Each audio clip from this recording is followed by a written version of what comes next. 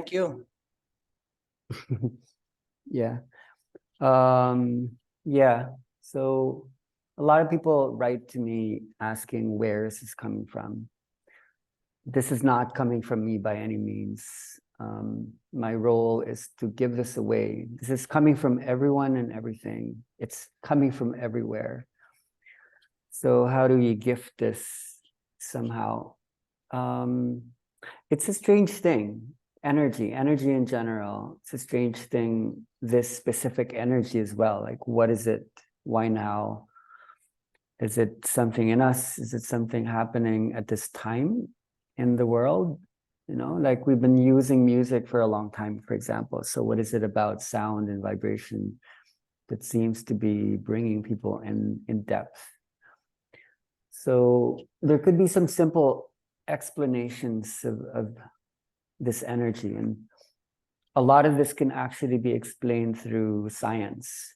There's so much science, sometimes weird, strange science, but we're learning so much about the body, the mind, the brain, spirit, all undergoing transformations together. But to start out from a spiritual awakening perspective, I think there would be a lot of useful things for you to pick up on in a way that maybe you can relate to this. I would like to do that you can relate to this in a personal way. So you could own it, you know, that this is just as much yours as anyone else's. A lot of trainings happen in a way that a lot of people are just asking for permission. Is this okay for me? Am I good enough? Do I have enough permissibility? Do I have enough to share this with others? I find a question like that interesting. And I want to like outline why in some interesting, strange ways. So yeah, I'm from the Philippines. I'm 46 years old now. Spirituality wasn't something that I ever did. I never did spiritual things when I was younger. It just happened to me in a way. It came to me through crisis primarily. I was depressed. I was asking a lot of questions about what's the point? Why are we here? What are we doing here? What's the point? So I was led. I think I heard voices that spoke this general message that something is bigger. So much bigger than we know. So my spiritual awakening actually happened in the US. I was in California in 2002. And I was in this depression, asking a lot of questions. Nothing was making sense. And something happened that changed my life forever. I basically woke up one morning and I heard this voice that said, there's someone outside and he is looking for you. And who would believe that kind of thing? You know, that level of synchronicity just doesn't exist. And I was this corporate, burnt out yuppie who was going through a dark night of the soul. So I went outside anyway, decided to trust it. Trust is a big word in this journey. And when I went outside, I actually did meet this strange Mexican man who was just there, and he was looking for me. That's according to him anyway. He said I was waiting. So we went up this mountain, and he told me about my whole life.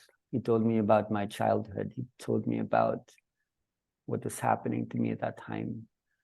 He told me about what was to come. And numerous times I asked him, like, who are you? What are we doing? What's happening here? His only answer was like, I'm you. Like we're one person. It took me a long time to understand what that meant. But But he showed me something basic that belongs to the spirit. And it's the definition of what healing is. Like, what does it really mean to heal? I think to be healed is to be seen as you truly are. He had this ability to look at me straight into my eyes, and it was like he could see my time. It's a very strange thing to say, like, what does it mean to be seen as your time? It's like he could see me in a way that he could see my past and my future, and how all the choices that I was making at that very moment of being seen had a way of spreading across yesterday and tomorrow. Like today, right now, is everything else. I grew up with a lot of fear and anxiety. I was abused when I was young within family, and I was always really small, like super small, super thin. And in school, I was bullied like a lot. And I guess I absorbed a lot of this from my father, who experienced his own trauma. He basically was shot when he was like 3 years old, and someone dropped a gun during World War II, and the bullet entered here and exited there. So he grew up with a glass eye. He had one eye. And he grew up with a lot of shame and guilt and fear, and somehow this was passed on.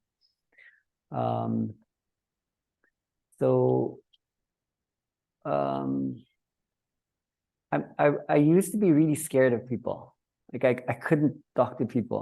I had no power to sit with anyone. Every time I was with a person, I would run away.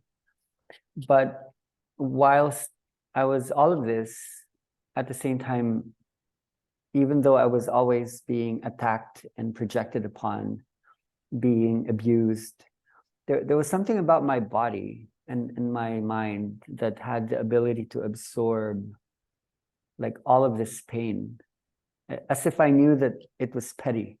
Like a lot of this was nothing. It was petty. It's bullshit. It's not. It didn't mean anything, So there was something about my metabolism. There was something about my body type that seemed, when I was young, like it was weak.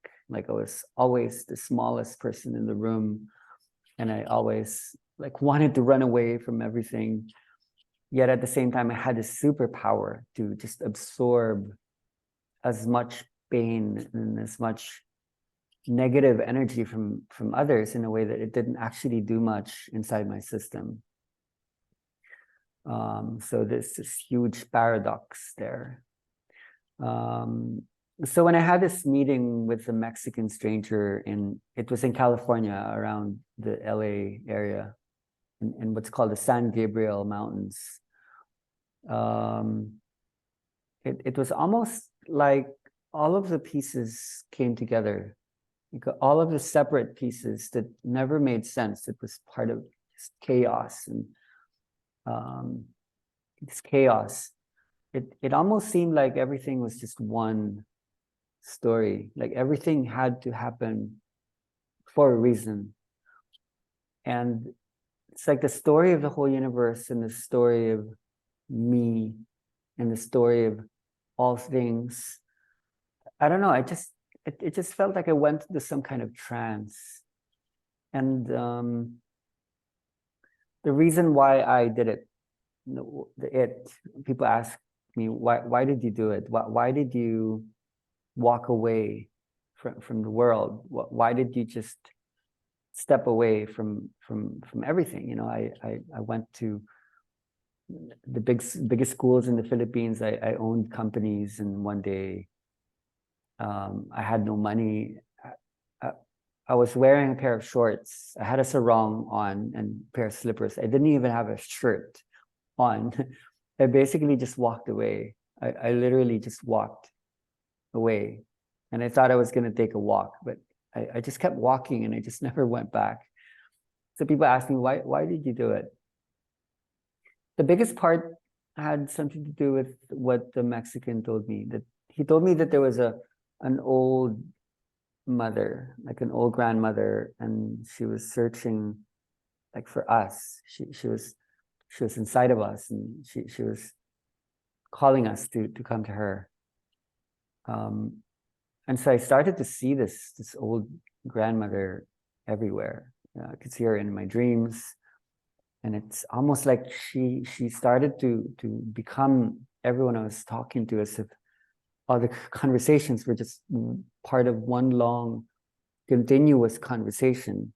So when I would hear something spoken by one, it seems like everyone else kept continuing the same conversation. I was talking about some kind of story about the earth, that the earth was changing, and yet the story was really old. Like the story was really, really old.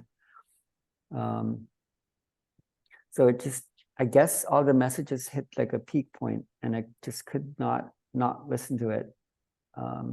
So I walked away. I just walked away. So I was walking away for a couple of hours, but like I just kept walking. And what seems to many people like this would be the hardest thing. Like this sounds like the worst thing, the hardest thing, to leave without money, without food, without even like a shirt on your back. It almost felt like it was the easiest thing to just walk away. A lot of people probably judged me because I didn't tell my parents, and I just got lost. People didn't know if I was alive for many years. So people would see my back as if I was walking away, rather than see me walking towards. I believe that we're all hearing this voice. We just don't know how to listen to it. It's not a personal or even an archetypal voice only. Spirit needs to speak to us through symbols and icons and images, but the voice is a vibration. It's like a sound. The sound is in our body. The sound is, that's a gecko, by the way, if you can hear that. The sound is in the earth, as if the earth itself was a song, and the body itself is a song. So I walked away. I walked for about a year. I slept where I needed to sleep. I was invited to eat when it was time. I just walked across maybe one of the biggest islands in Asia. It's called Mindanao. It's in the Philippines. And I found bits and pieces of the puzzle. There were bits and pieces of the story of the earth, the story of the human, the story of language, the story of culture, the story of the mind. I think the story is embedded everywhere. You just need to, I think a huge part of it is freeing up your body and your psychic energy so that you could see the interconnections. And when we're loaded, when we're stuck, and when we're filled up with all of these attachments, you won't see that story. You're going to be bound up, too bound up that you won't see the story. But when you get disentangled enough, you somehow see how the parts intertwine.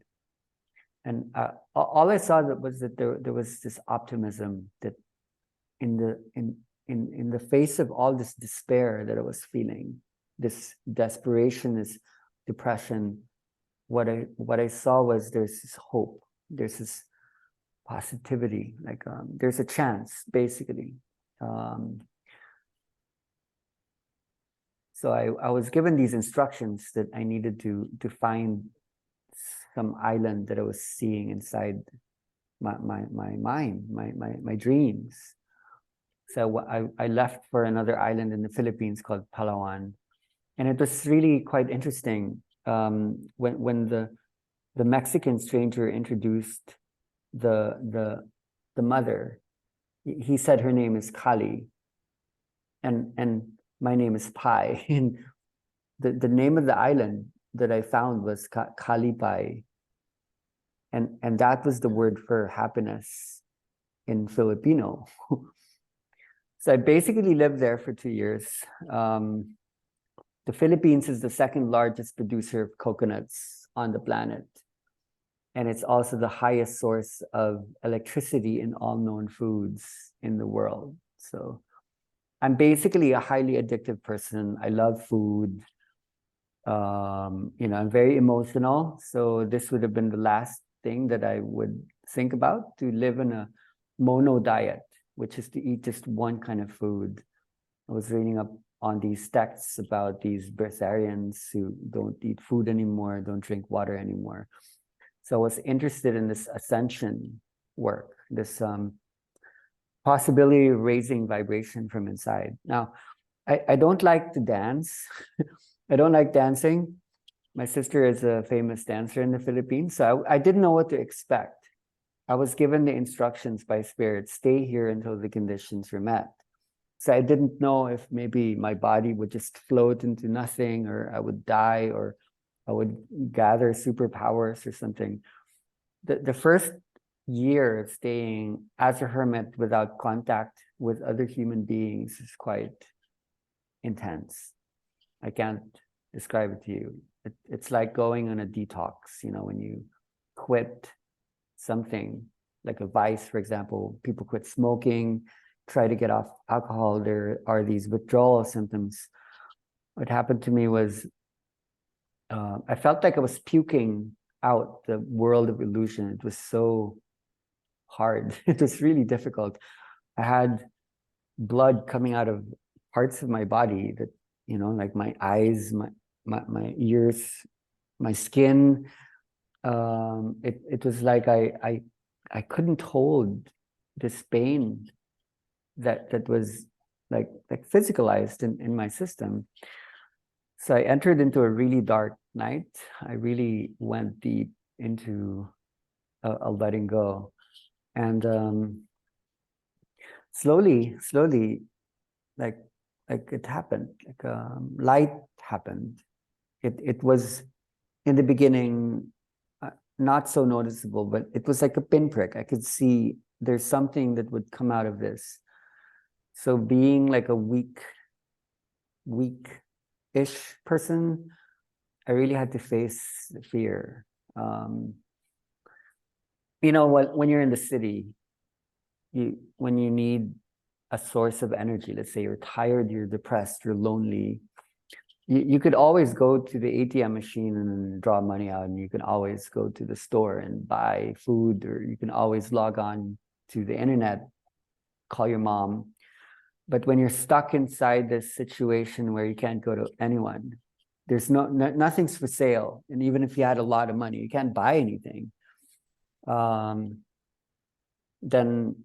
what do you do? So I was stuck in this situation where what do I do now? I hate it here. It's so hard being alone, and I'm hungry and I'm thirsty, and the only source of food is up there. And I don't know if you've ever climbed a coconut tree before.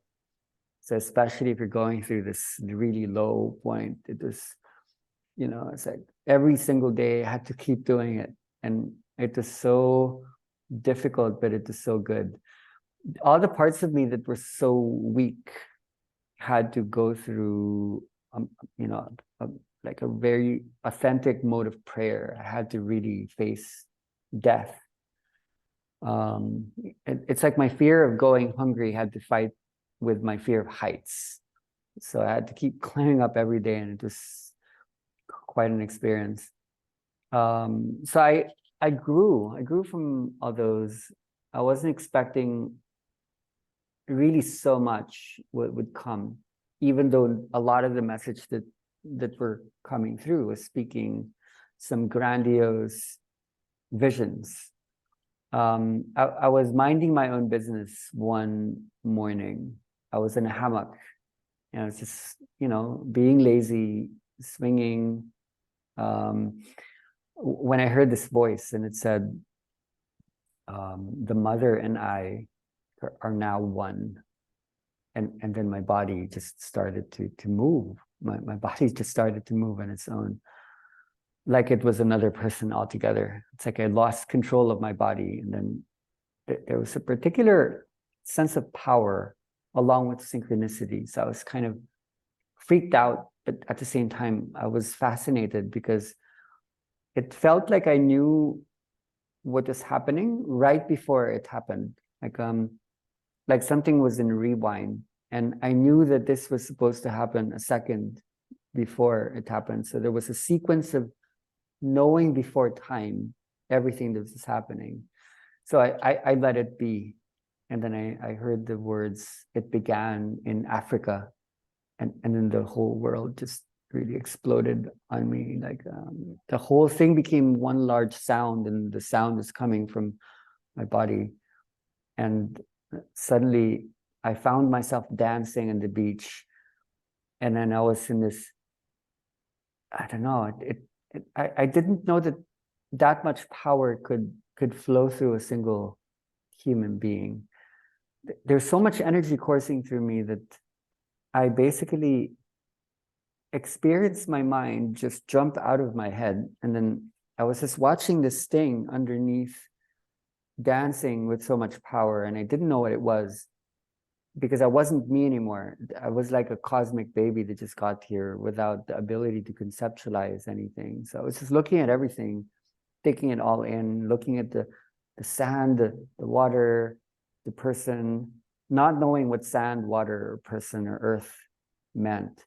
So I stayed there, like I was inside my body. I was doing these really wild movements, like juggling things with my body, doing somersaults with this kind of martial artsy dance thing that seemed to mean something. I literally had to remember my way back into my person, to remember memory, remember details, so that I could become my ego again.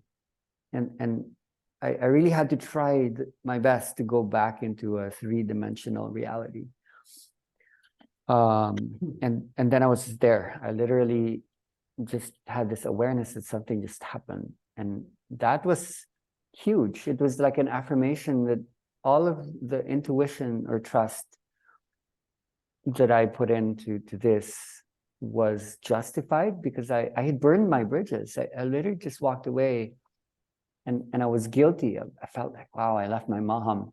My mom's probably suffering right now. She doesn't know what happened. And my dad died when I was in the island. So, like this is something important. Somehow this is something, this needed to happen. So I stayed there for about a year more, and there were more experiences. I was given more guidances. The island for me was like a school. It was like a school of energy.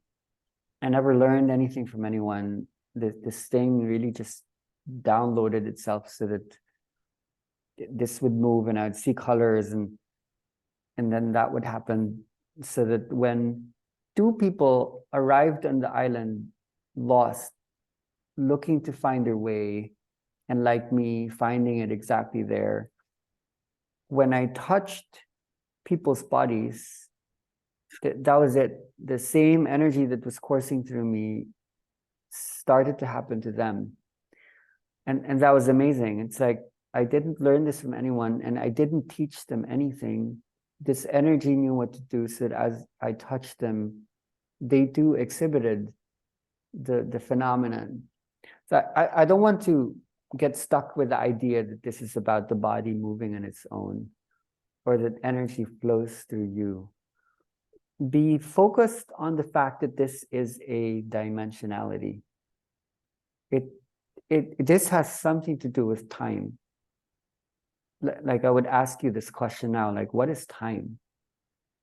Is it just this line that is a sequence of points that organizes events? What is time when you're sleeping? What is time before you were born? What is time after you die? What is time when you dream? What is time when you go into the psychedelic journey? What is time in the spiritual experience? What is inception time? What is interdimensional time? And are you allowed to enter that, where a day is not a day anymore? And what is here is not just what is here. It doesn't take that much. It's not that much that separates us between here and there. And I think we really just found an opening. So to make that long story short, the energy just kept, but it knew what it was doing. It wasn't me, it's Earth. It needs somehow some modes of transference or a story or a series of events that allows this to be chosen, co-created, experienced. But don't see it as something we do. See it as an intelligence. It knows what it's doing. We sometimes think that objects don't have intelligence, thoughts don't have intelligence. Yet many words that you speak are a lot older than you. And they're just using you as a vehicle to have continuity. So energies unto themselves can have intelligences. So what I had to go through was to watch this transfer or move through different countries, like in Asia, in East Asia, South Asia, across the Americas, across Europe, across Africa. I basically held and trained about 20,000 people in the last 16, 17 years. And I haven't been teaching so much the last years. So I've seen the state. I've seen what could happen when people go there, what you might call source, the universe, cosmic experience, the quantum reality. You name it, you can go there. What I want to give to you today is this is ours. This is not hard. I've seen small children do it. They literally would just go there, and then they would hold the energy, hold others, and then people would go there. It just needs to be trusted and be allowed contextualization. And then when you meet it, in whatever way, you heard something, your intuition spoke to you, it doesn't take that much. So in the Philippines, when this began, how it would happen is in the space of an hour, like the space would open and the energy would come, people would heal each other, people would lay down and a healing would happen, and then they would go home. The first news article that was written about this was everybody can be a healer. So the whole room becomes one. We're suffering with this experience of walking into many rooms and the rooms are separate. Yet deep down, we know that it's one. So I began with my story to give a somewhat interesting explanation of what this is. Were you to die, and if time doesn't exist as an absolute thing, if it's relative, that means time is an illusion. In a way, in a timeline, you've already died and you haven't been born yet you try to keep going back into time to experience certain points. That's not actually linear. It's spread across a whole field of possibilities, and you would go back to moments like these just to look at your notes.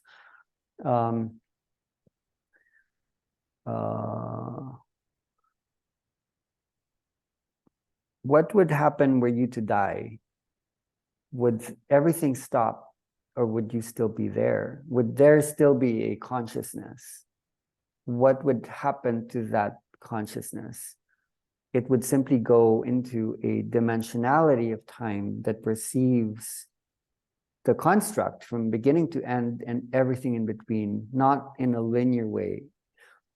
So when I spoke about this thing about me that's weak, that was about weakness and fear, and yet having the ability to trust, there's something about letting go and surrendering that allows you to absorb everything that the world is projecting. Everyone's projecting it. No one wants to own it. No one takes responsibility. It's like you wake up and life is like war. You have to go to war again. You have to go to battle. You have to fight, and everyone's trying to win. I lived in the US as an exchange student, when I was 16. So I had a close look in terms of what it is like to live there where you are now.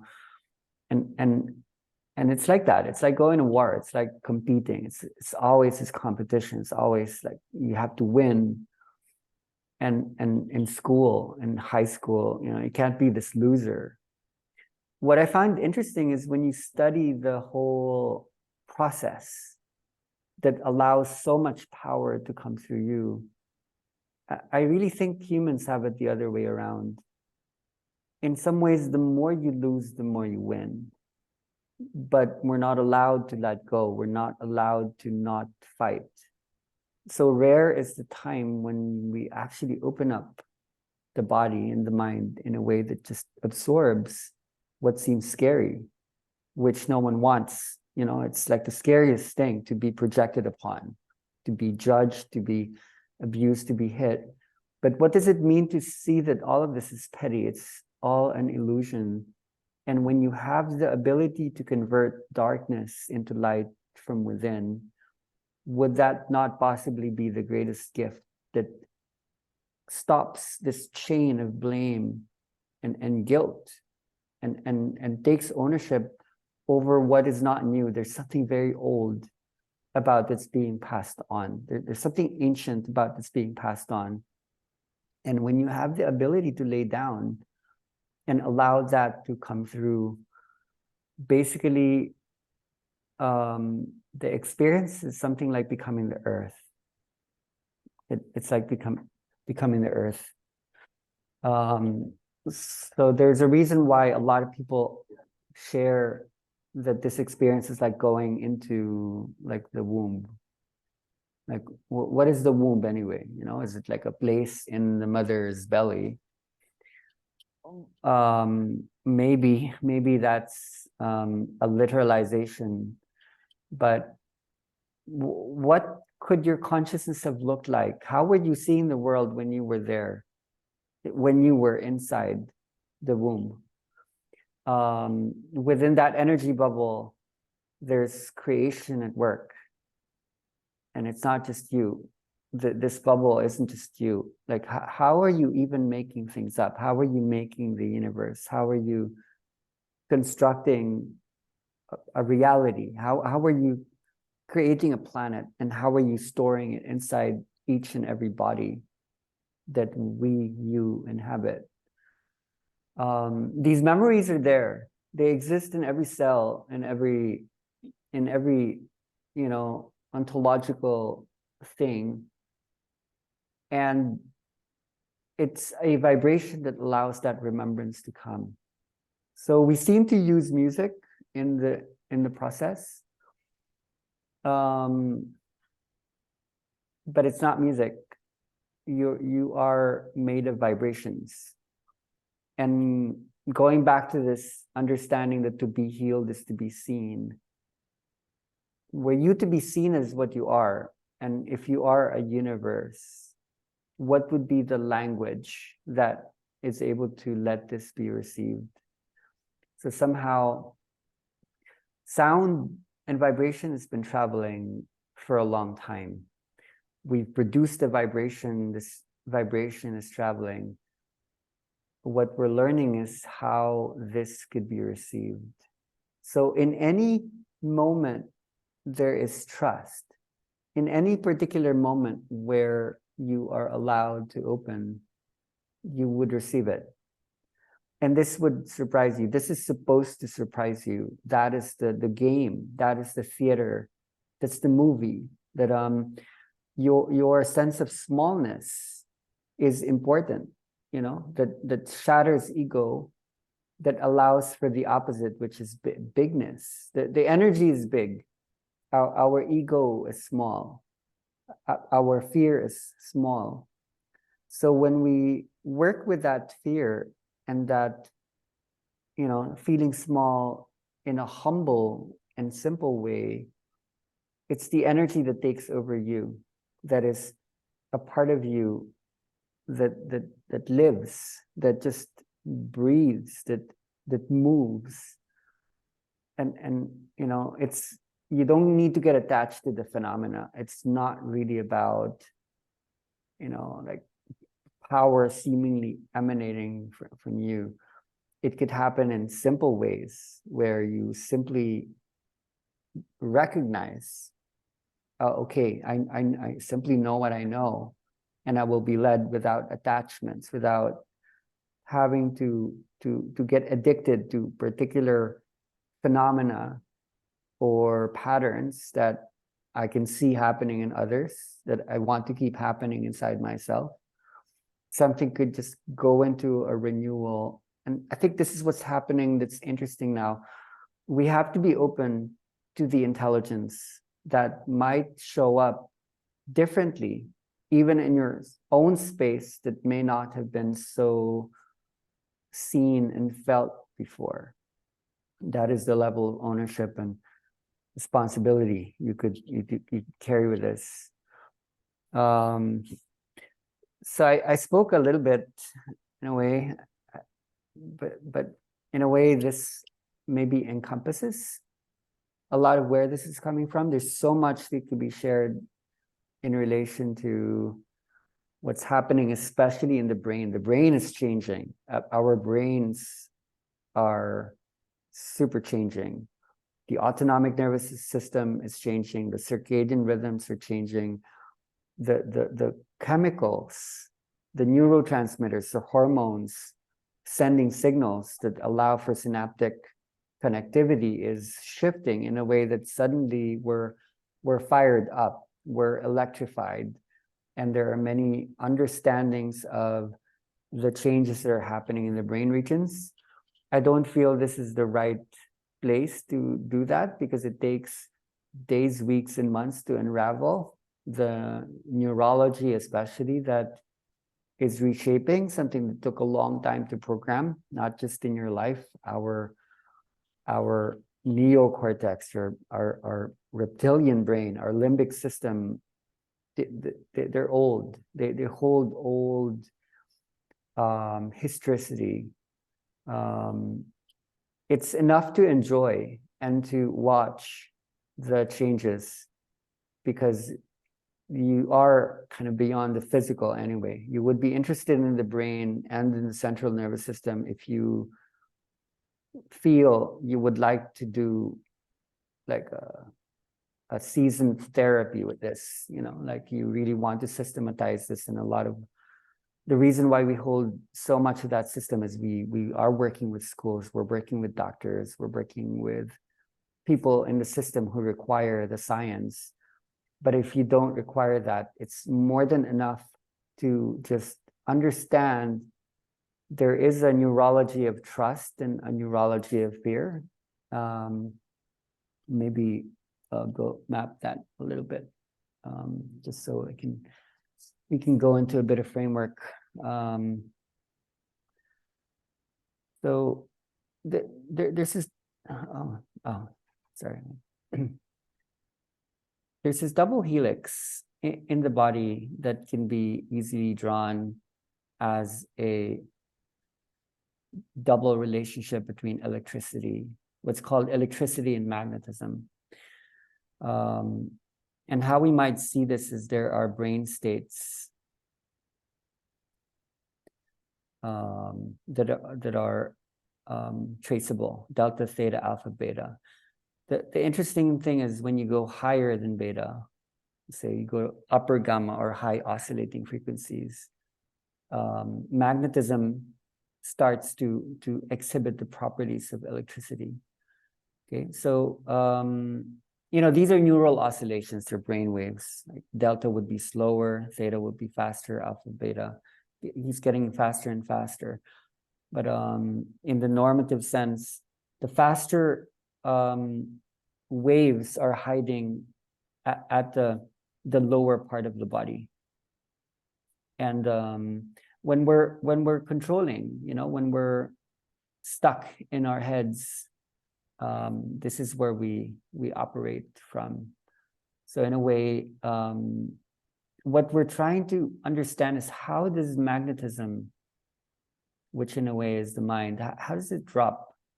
Because what we've been observing globally is when systems of interpretation and systems in control drop, electricity rises in the body. Electricity is flow.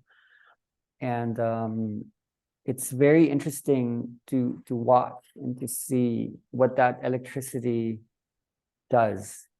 There would be the sensory experience, there would be the kinesthetic experience, there would be the visual experience. Suddenly you start seeing things you know, people talk about colors they've never seen before, or you enter into a kind of dream, you know, that talks about the story of all stories. So people talk about the story of the earth. I became the earth, or I went back to the beginning of the earth. It's really interesting what can happen in an hour or an hour and a half, actually. And that's what you might be called to do, to construct a journey into deep time or deep history within an hour and a half. It could be with your mom, could be with your child, it could be with, you know, there are ways to do this now. So what you want to study is how to allow magnetism to drop and electricity to rise. You don't need to use music per se. There's a way in which your own words, your language could allow for something to die even as something is birthed. You know, you could speak in a way that allows resistance and fear to descend, and allow inspiration and power, insight to arise. In general, this is the trick. You are learning how to hold the masculine and the feminine, and vibrationally, it's very, very slow and very, very fast together. So were you to define what is the trance, what does it mean to go into a shamanic state?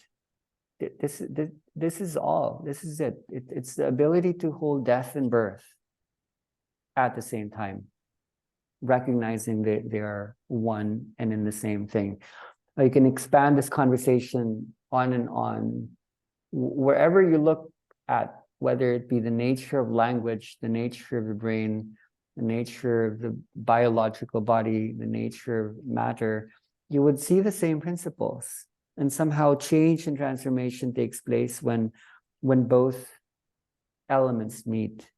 And the reason why we're not experiencing this is we live in a world that's very high in magnetism and has really lowered our feminine, the electrical inside of us. So something happens when you drop magnetism, something happens to time. Suddenly time starts to expand. It feels like a day, or an hour is not an hour. And these are mechanisms in the body. You can actually just describe these very, very simply, that this is the sympathetic nervous system. If you know what the sympathetic nervous system is, it's fight or flight. And the parasympathetic nervous system is trust. So every time you expand something, you activate the parasympathetic nervous system, and when you allow something to let go, you let go of the sympathetic nervous system. All of these are simply vibrations. They're wired across your brain, your heart speaks a lot. Your breath holds a lot of this awareness. And when you go into these interesting moments when the sympathetic and parasympathetic co-activate with each other, and let me talk about those 4 instances when they co-activate with each other. There are 4 instances when they're both on at the same time. One example is when people go into psychedelic journeys. There's a co-activation between the sympathetic and parasympathetic, because a psychedelic is a combination of a stimulant and a depressant. In the spiritual awakening, these also awaken at the same time. They also co-activate in the REM state when we dream.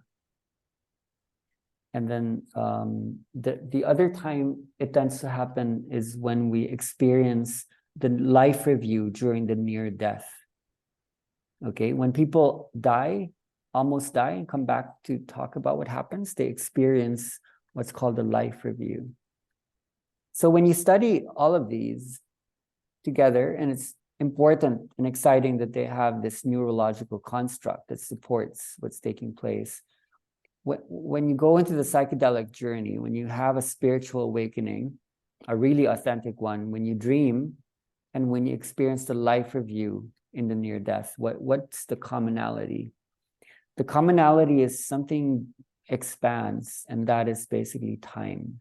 Time perception is a science that talks or thinks about how time changes when you let's say drink something, or when you hear a certain vibration, or I don't know, something happens that. So when you dream, time changes. And when you die, people say your whole life will flash before your very eyes in just one moment. And when you go into a psychedelic journey, like a few hours can become like a universe.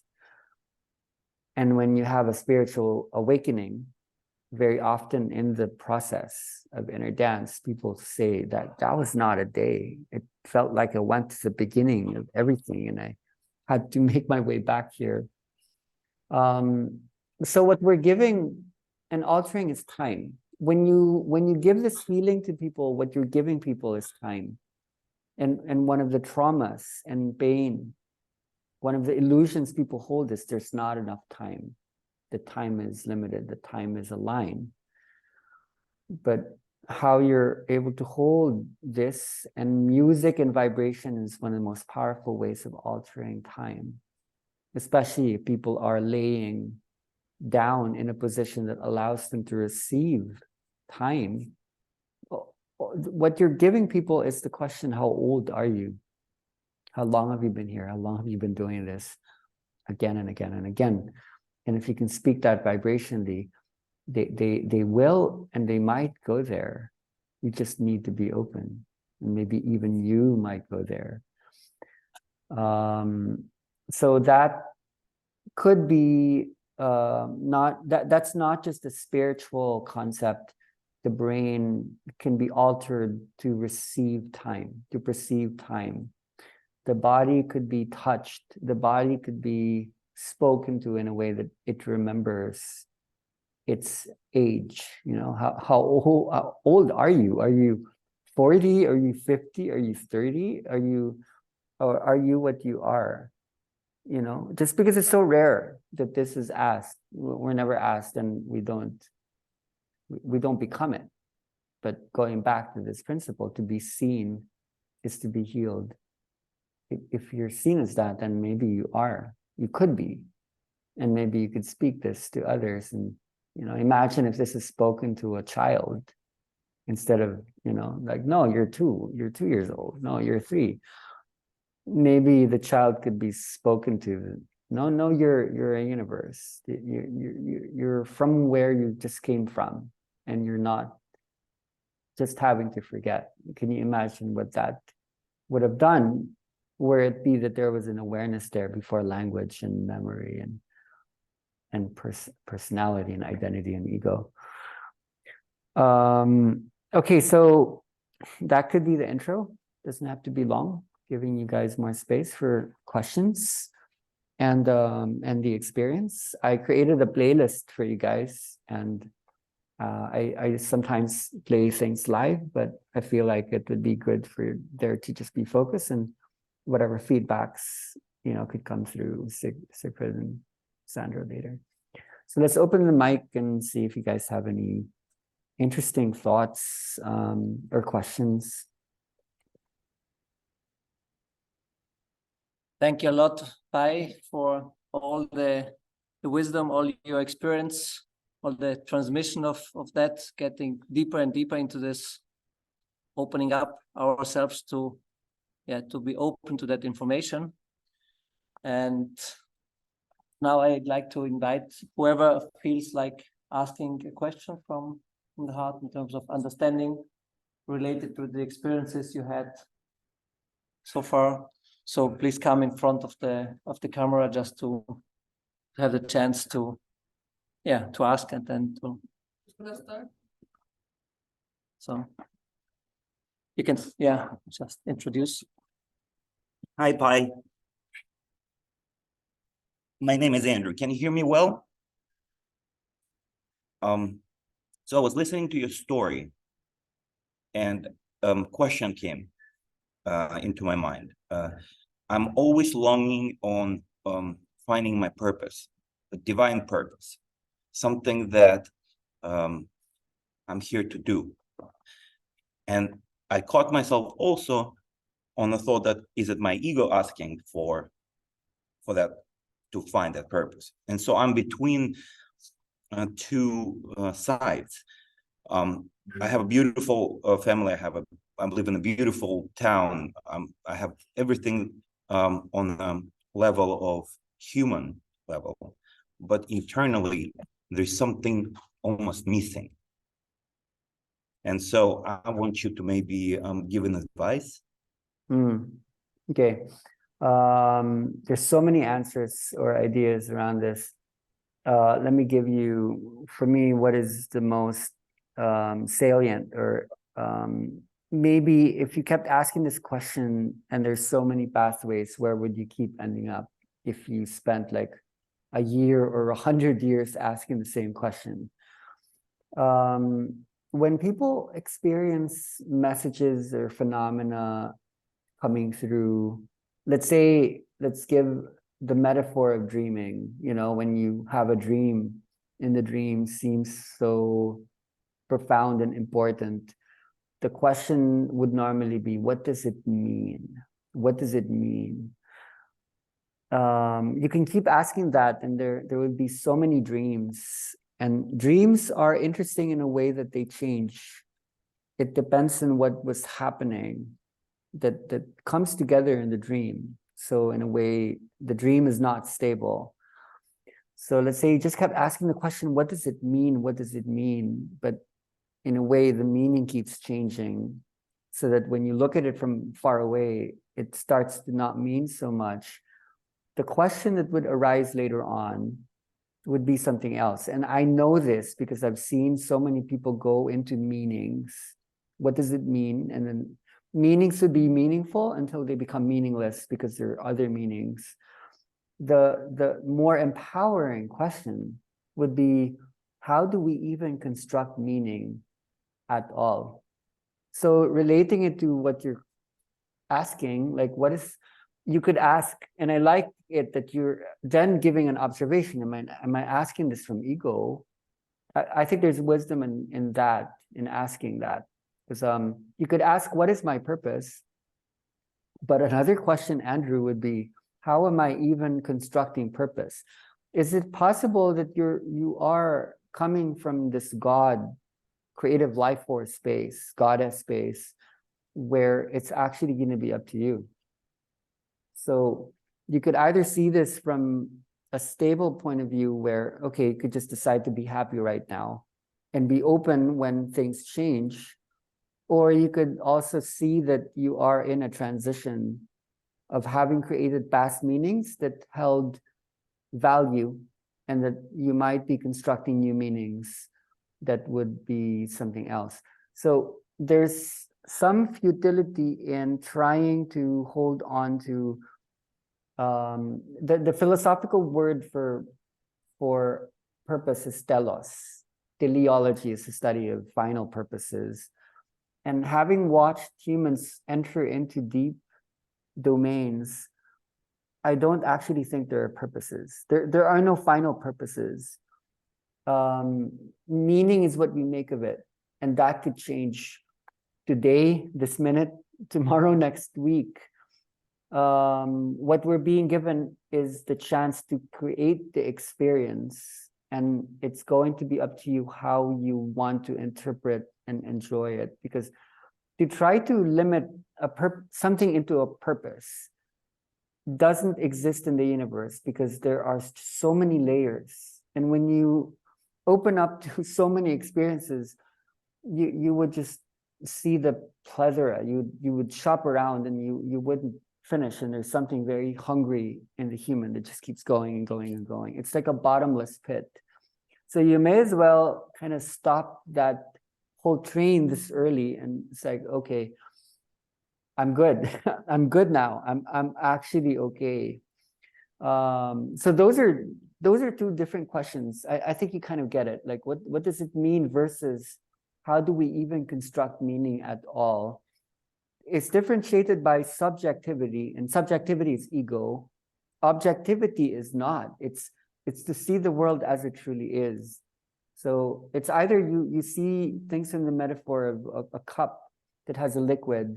The feminine would be the substance or the liquid. The masculine would be the form, the cup. So a lot of us would be interested in, okay, what is inside? But then the shape of the water is going to be the shape of the cup. So rather than trying to look for the substance, which is super flowing, how are you even constructing the form? I think that's more empowering in the long term. You won't get stuck. Because if you keep asking the question, what does it mean? You will be forever be stuck with looking for signs from outside, and you'll be victimized. But, you know, like, I think what the energy will give us is total responsibility. So that anything that comes, it's like, oh, okay, this is telling me something I accept, and yet I'm open to something else altogether. That would make you a really, really big being, because everything would be a part of you and you'd be a part of everything else. Hope that helps. Thank you. Thanks.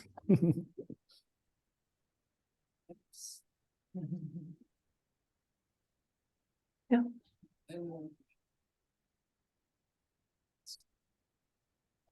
All right. Hi, Pi. Mm. My name's Sharon. We are so grateful you're here. I have a question, and Sandra and Siegfried taught us in this training that it's possible that you actually found that people can become addicted to the inner dance. And I know through the music, is that the only way? Is it, you know, you don't have the same playlist, or the addiction? Is there, how do you know? How do you go about that? Yeah, thank you. That? Thank you for this. Addiction is still connected to ego. So energetically, we can spiral, and it's beautiful to spiral into chaos, into letting go, into the feminine.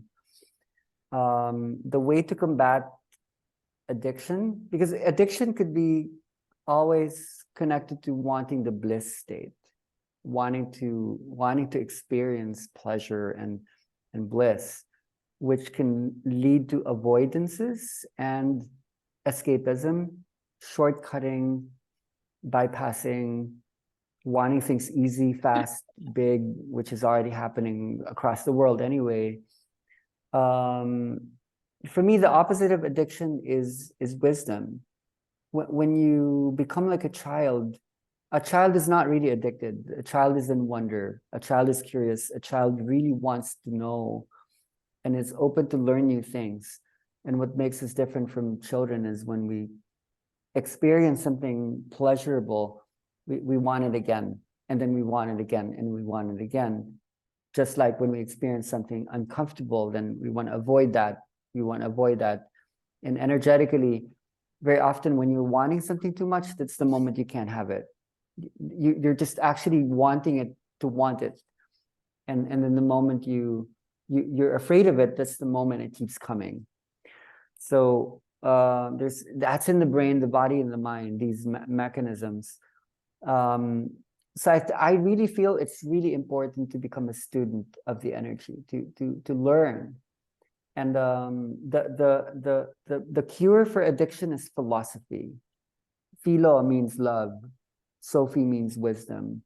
And I think we need to deserve our wisdom. So it's about asking deep questions about, like, who are you? What are we? Where are we coming from? The reason why this is the opposite of addiction is that Addiction is a deconstruction. Mainly it destroys patterns, which is good in many instances. When we become rigid, when we want to transform, we need to destroy old patterns. But when we keep going into the energetic deconstruction and we're not learning, what happens is there's an imbalance between the masculine and feminine. So structuring or creativity is really important, and you want to expose yourself to information that allows you to grow.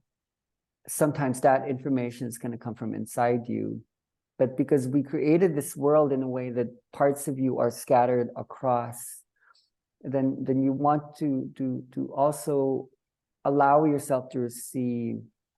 So when I speak about this, it's not a generalization. This is coming from having studied the dopaminergic pathways of the brain, which leads to addictive tendencies. A lot of people have heard of what dopamine does. The other addictive chemicals would be epinephrine, more commonly known as adrenaline.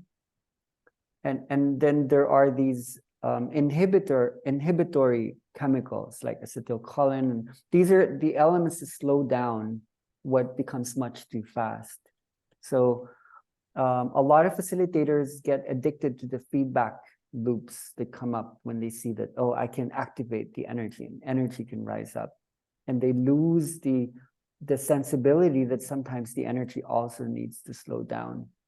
So there has to be something that rises up and something needs to fall. And if you learn how to hold the high and the low at the same time, you know, when we're not avoiding so much and when we're not seeking too much, we can bring this into balance. It's almost like it's kind of like being insane. It's kind of crazy to hold the cold and the warm at the same time, and you don't know the difference. It's like, okay, this is nice, this is not so nice, and I don't know the difference anymore. It's like you're not judging.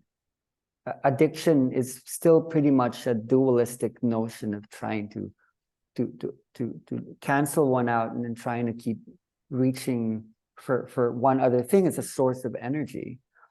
But when you're able to hold all of it in a way that you're okay with what is good and what is not so good, energetically, that can be expressed in music, in the way we contextualize things, the way we language, the way we touch bodies. You energetically hold a space, and everything that you do would emanate from your tools and your expression. So balance is an interesting word. It just is not going to be the definitive balance we're used to thinking about. Balance normally means in between. It's not that in energy. It's actually the extreme of both. Like your ability to be so relaxed and yet so vibrant, so alive yet so detached. You know, so Eastern, so Western, so high, so low, that you remembered, I've been through all of this. I have the wisdom coming from experience, and you know, these are vibrations in the body, and that these vibrations are not addictive, because when you raise the vibration high enough that it gets past the vibrations of wanting, which is normally in beta and lower gamma, when you raise it to high oscillating frequencies, and these are neural oscillations inside your brain and inside your body, and you can only experience that by really letting go, really opening up your system down to the cellular level, so that you're not resisting, you're not holding on. What happens is there's a channeling that takes place. There's a vibration in the body that can really slow down. There's a Hindu mythology that explains this really well. For those who do yoga, you know what it means to lay down and spread the arms and close the eyes. It's called Shavasana. Now that position that reclaims the position of the corpse is from Shava. Shava is the corpse. And when Shava fully lets go, that's the only time Shakti or Kali enters the being. It enters Shava because the vibration is so open and is so in the letting go, like surrender phase. So when Shakti enters through, suddenly the body stands up and begins to dance. And this body is now called Shiva. So don't get stuck with the words. These are just representations of vibrations. Shakti is the high oscillating frequencies, what is maybe beyond 30 to 100 hertz, 150 hertz. Normally when we're in beta consciousness, we're at 20 or maybe 30. Like when we're thinking too much, when we're over planning, when we're worrying, we're maybe at 20 to 30 hertz. But when you go beyond that to maybe 50 hertz to 100, 200 even, you oscillate in ways that are not even recognizable normally in the human construct, because it's so high, it's so fast. But what we're learning is you need to be Shava, you need to be totally open. So to experience Shava, the corpse or death, doesn't mean to die literally. It just means to hold simultaneously inside you the slow vibration, that which isn't trying at all, that which is just being. And these exist inside of us. You normally experience it when you go to sleep during what's called slow wave sleep. It's called non-REM 3 state. And when you experience that, like that's the deepest you can go. So we actually go through that every night when we go to sleep. So the energy becomes accessible usually when you slow down willingly or involuntarily. That's when the energy comes through. That's when the energy comes through. That's a space where addiction cannot happen anymore. Thank you. Thank you. Thank you. Just also to clarify where this came from this addictive, as we said, like sequential music very often leads to this pumping up of this known anticipatory pleasure type of experience. Yeah. And so some people want to have another session and another session because they just enjoyed it, like saying, okay, I want to have one more enjoyable session. And that's where we said, what's the difference between the sequential music, which is happening to lead into that, and the non-sequential, the inner dance music, which is the overlay or multi-layer going in the highs and in the lows at the same time. Yeah. Thank you. Yeah, very clear. There's so much that we said about that, but I think people just have to experience it. So the playlist that I sent over would I think do something interesting around this conversation. Yeah. Sure. Thank you. Thank you. Thank you. Yes, please.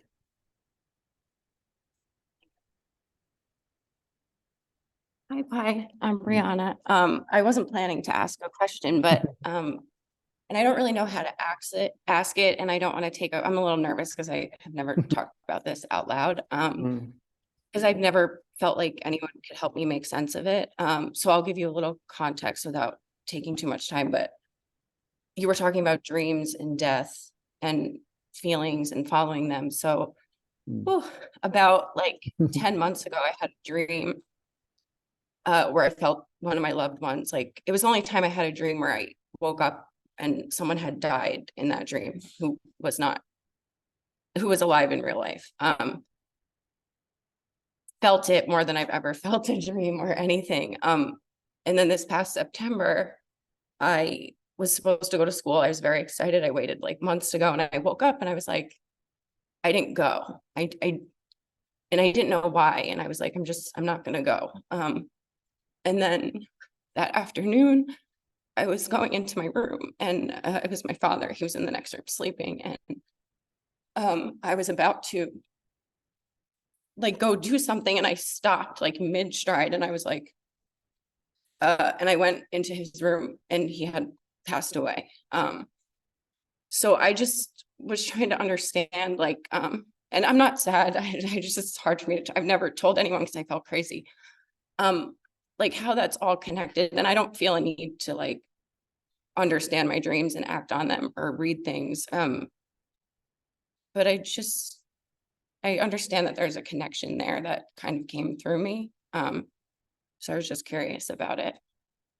Yeah. And thank you. Yeah. Thank you, Brianna. There's a knowing before knowing, and you're talking about it now. Sometimes people call it precognition, and it's a very complex topic because there would be these implications of am I involved in this? What is the connection? Am I part cause? Am I, like what is that? There's this awareness that's intuitive, and there's a name for it, and it's a scientific term. It's called retrocausality. So the answer is actually quite beautiful. It's when the answers come before the questions even come up. Retrocausality is a part of the mind, the body, and the universe where effects precede the cause. So talking about electricity and magnetism, for example, when magnetism is high, time is also more. So the part of the universe where magnetism is the highest is the black hole. If you go into a black hole, a second on Earth becomes 1,000 years in the black hole. There are many movies to talk about this possibility. The Christopher Nolan ones especially go into this. Now, this is part of us. There's something in our minds and our bodies that can enter the black hole, which can go into what's called the life of you. I'm always sensitive and interested in the subject of death because for me, I've gone through my own deaths and have come back and seen what it's like. And the experience is fascinating. It's almost like, and this is also supported by the description of many others, and this could help you with your own grieving process. When you die, something will happen. It doesn't stop. It doesn't actually stop. It's actually just the beginning. They say that everything outside of you goes inside, and then you start to see yourself in a way that you've never seen before. Instead of you seeing yourself, it would be the reversal. This is what retrocausality means in death. Normally, you see yourself by seeing others around you. But when you die, and this is what happens to our mothers and fathers, it's what happens to us, you will see yourself as everyone ever saw you. And you're not just talking about people, not just your mother, your father, your sister, brother, your daughter, your son. What would happen is even the objects would be looking at you. It's basically called like an inloading process of what had been offloaded.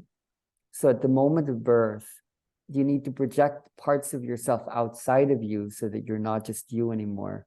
You extend your mind into the objects, the people, the space. But when you die, there's an inloading where everything that you ever projected comes back. And you don't live in time anymore. You can go back and forth. You can review any of it. Like your father, when he died, he could go back and forth from the beginning up to the end in all of its variations. And how long does he have to do that? It's a millisecond and it's eternity. He can do it forever and he can do it in a second, and it's all there, which means this is our life. At any moment, you're actually living inside this womb space of possibility, this oceanic set of experiences where every version of today exists in infinite variations.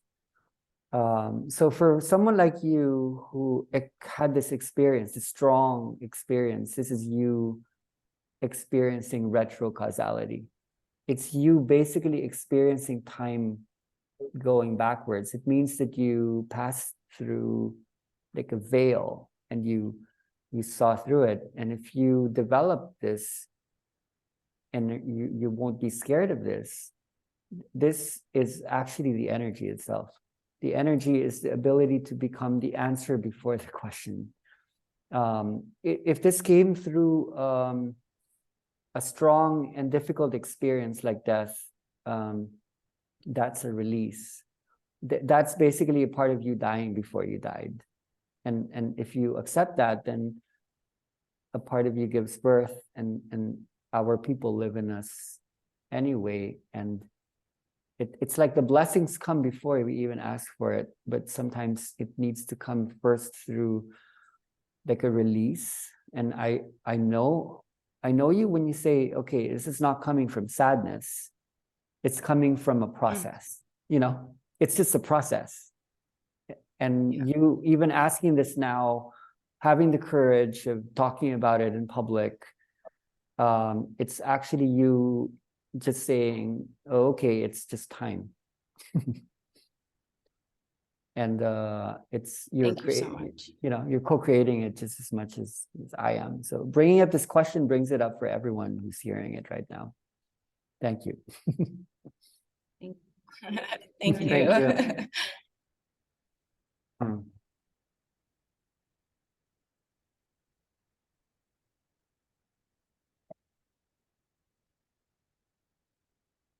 Hi, bye. My name is Christina. Thank you so much for honoring us today. And my question to you would be, can we activate people without them knowing about this energy? It's like yesterday I was at the restaurant with some friends, and some people would stay in front of me, and I would just like, I would feel like a rush of energy coming through my hand. And then just like I would move my hand without me being, just like it was a rush of energy through my hands moving through them. Yeah, totally.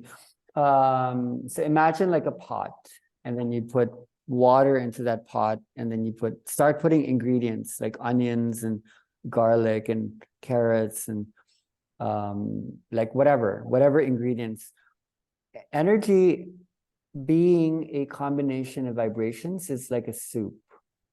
And when you start to create that soup, and it becomes like this dynamic soup, when you go to places, people will experience that soup. So we can't just see this as a modality or an activity, like something we do based on the law of resonance.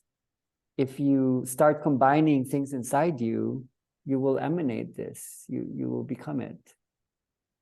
And these experiences, like what you just described, these are like beautiful stories speaking that you're just there.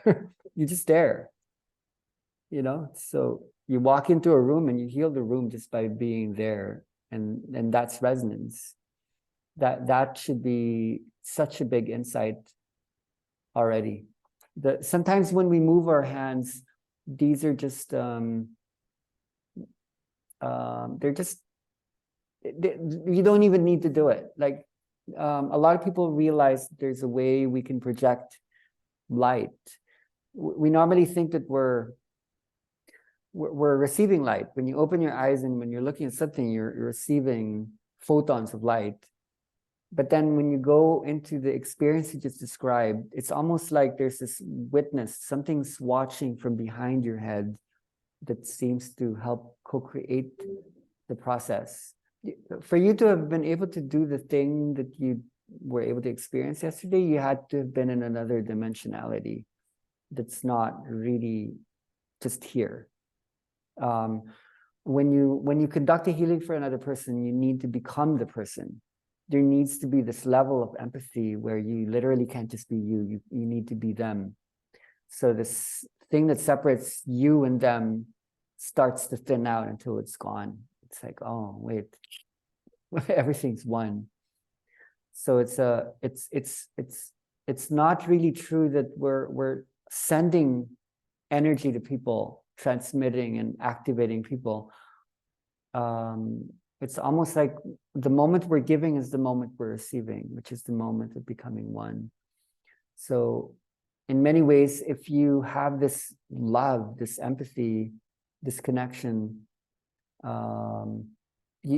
context isn't always needed. But of course, context will be important at certain steps of the way. The energy is a doorway. It's not always just a room. The room is about consciousness.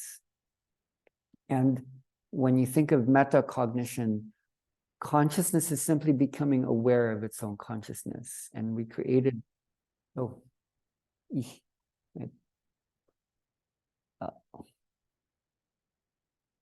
I dropped that.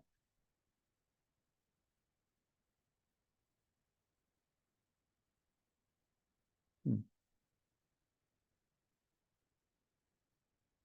Hmm.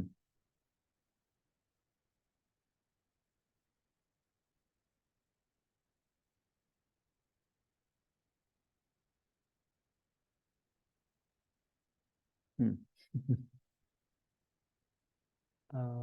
Is it me? Movies. Hmm. I could drop out. Hmm. Stop recording. Hmm.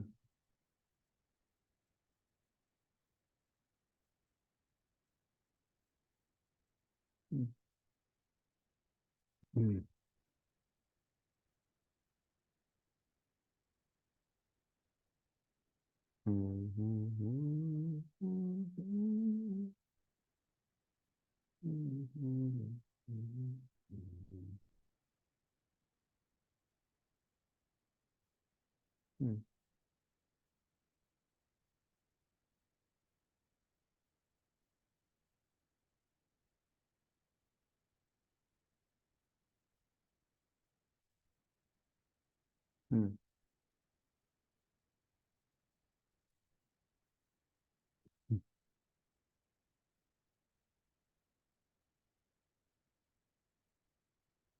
Hmm.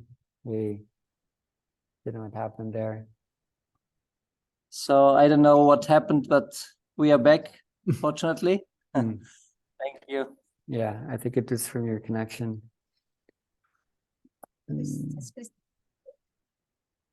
I think, Christina, you okay? You're Yeah. complete?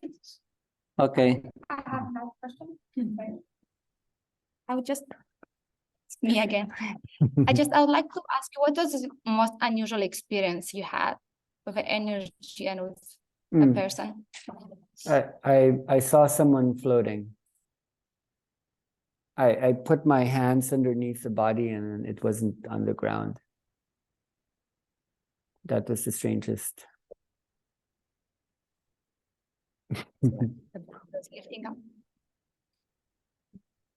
But this is hard for me to answer because I've seen everything, and I think I'm just the beginning. I think a lot of people will see everything, so just wait for that.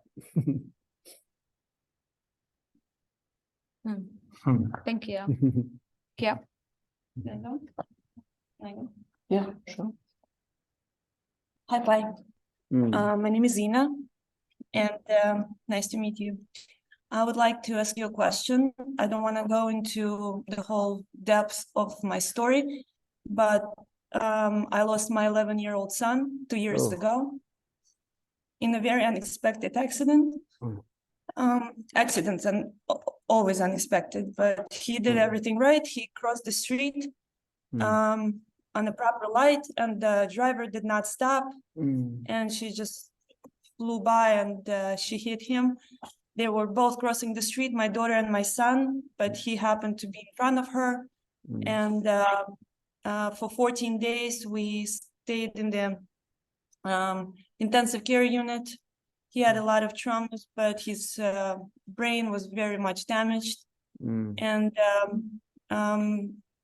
I saw how his brain was liquefying, and we decided to disconnect the machines, even though the doctors were encouraging us to disconnect much earlier. But you know, I waited, like I wanted to have a closure with him, and I actually did, which made me very peaceful and calm when I made a decision of letting him go.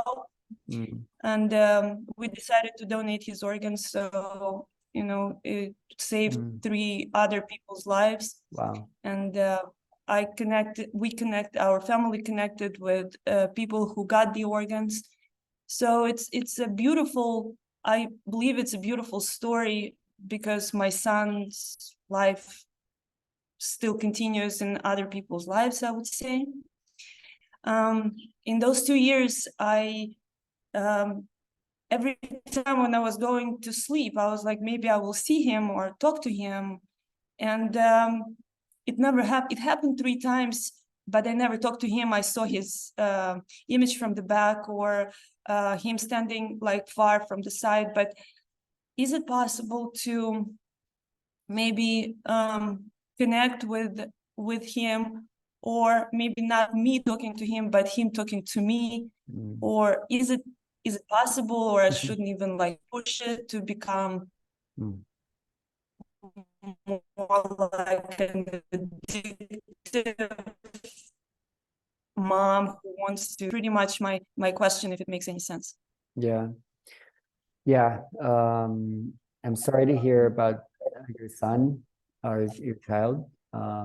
Yeah, I have a 12-year-old, so I can only imagine what it's been like for you. You're really brave to have come out of this super intact and whole, and even grateful. I'll speak to this from essence. So let me draw this out.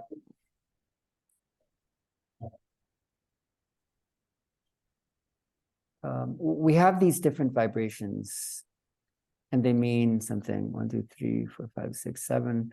So they could be based in like colors. People think about the chakra systems. This is a bit indirect, but it should mean something to you and everyone else. If this is the red, the orange, the yellow, the green, the blue, the indigo, and the violet, when these come up in the energy process, they don't look like beings and entities, but they hold a lot. They hold meaning. The red could be interpreted sometimes as let me just speak it. I don't want to have to write things down. Handwriting's terrible. The colors speak messages. The red would be often dealing with the body, and people would realize the vibration, and it would be, everything I need is right here, right now. So that's just one example of a vibration. Now here, the highest in the crown, the violet, which would also be the middle, because the violet, when you map it out in terms of the mandala, red, orange, yellow, green, blue, indigo. Indigo is a combination of blue and red. When you add white to indigo, then that's how you create violet, and that's why it's the color in the middle. The violet vibration speaks everything that happens for a reason. Everything that happens for a reason. When we live in time, and when we live as humans, that is one of the most difficult vibrations to hold. That everything is perfect. Everything's happening for a reason. I can feel and hear the part of you that's able to hold this, that, okay, you're not in resistance, you know, somehow if it happened, it's because it happened. All the other colors would speak from the language of wholeness, like everything is known. Every conversation we're having is a conversation with the one.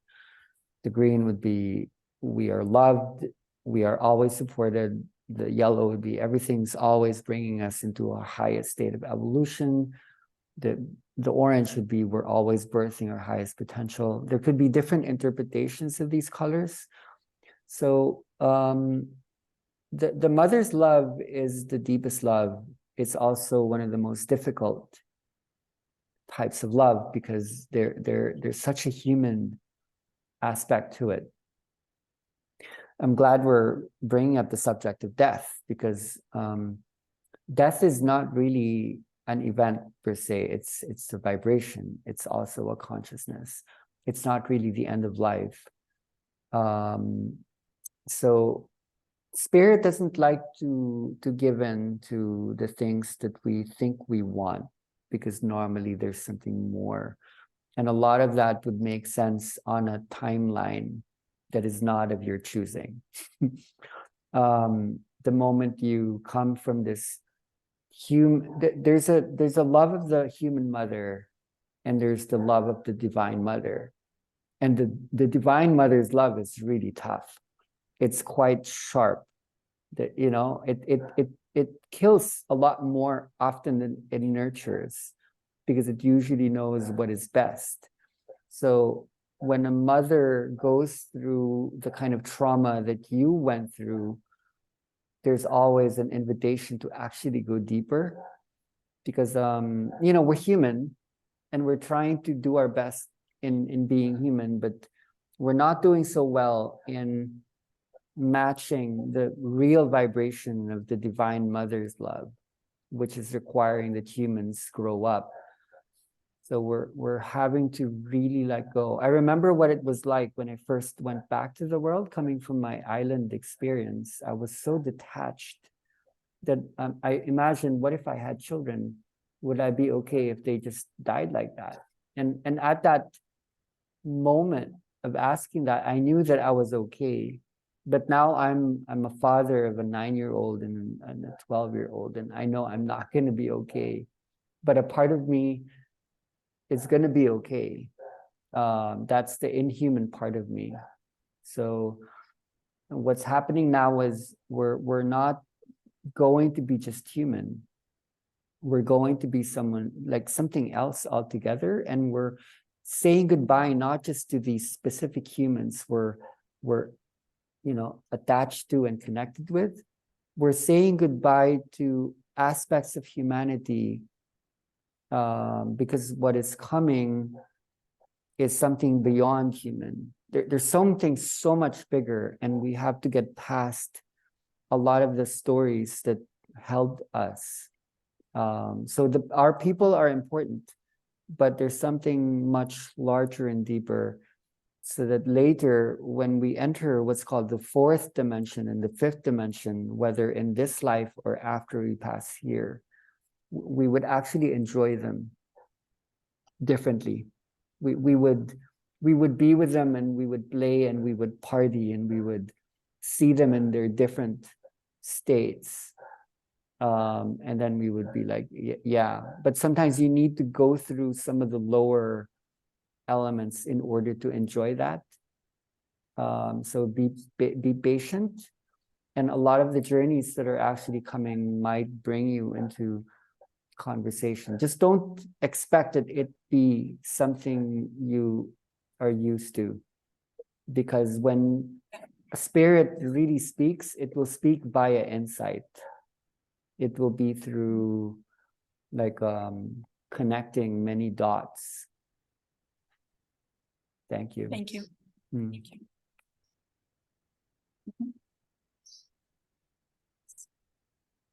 Okay. Yeah. Hi, Pi. My name is Sharon. My questions come in very different forms. I think I live on different dimensions, because I have many gifts where I can see, as one said, death before it comes, or see things before it happens. That's one thing. I also feel people's sickness. I can be in a room and I can tell who is sick or who is not sick, or if they're having issues.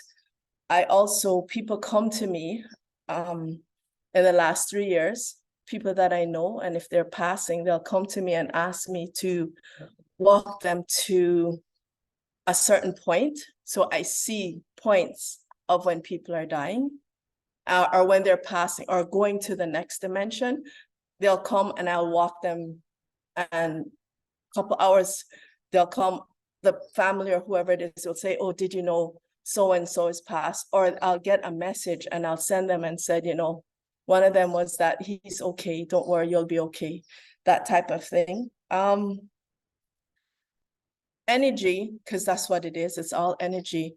Can one person have so many abilities to see and do so many things? In that, can a person be that way? Yeah. Is that possible? Yeah, thank you, Sharon. I really do see that we are entering into a whole different layering of consciousness, and some people had to come ahead of time in order to pave the way. And it's not always easy being you. It's not always easy to have this empathy or this level of connection. It's not easy to hold yourself when you can feel so much. It's good that you were able to stabilize this, because for other people to experience this would be the scariest thing, which means that they're not going to just be themselves. They would be others. So you're already answering your question. The fact that you were able to stabilize in this, which isn't always easy, means that you chose this. And you speaking it out now is just another level of you speaking it to me and to others that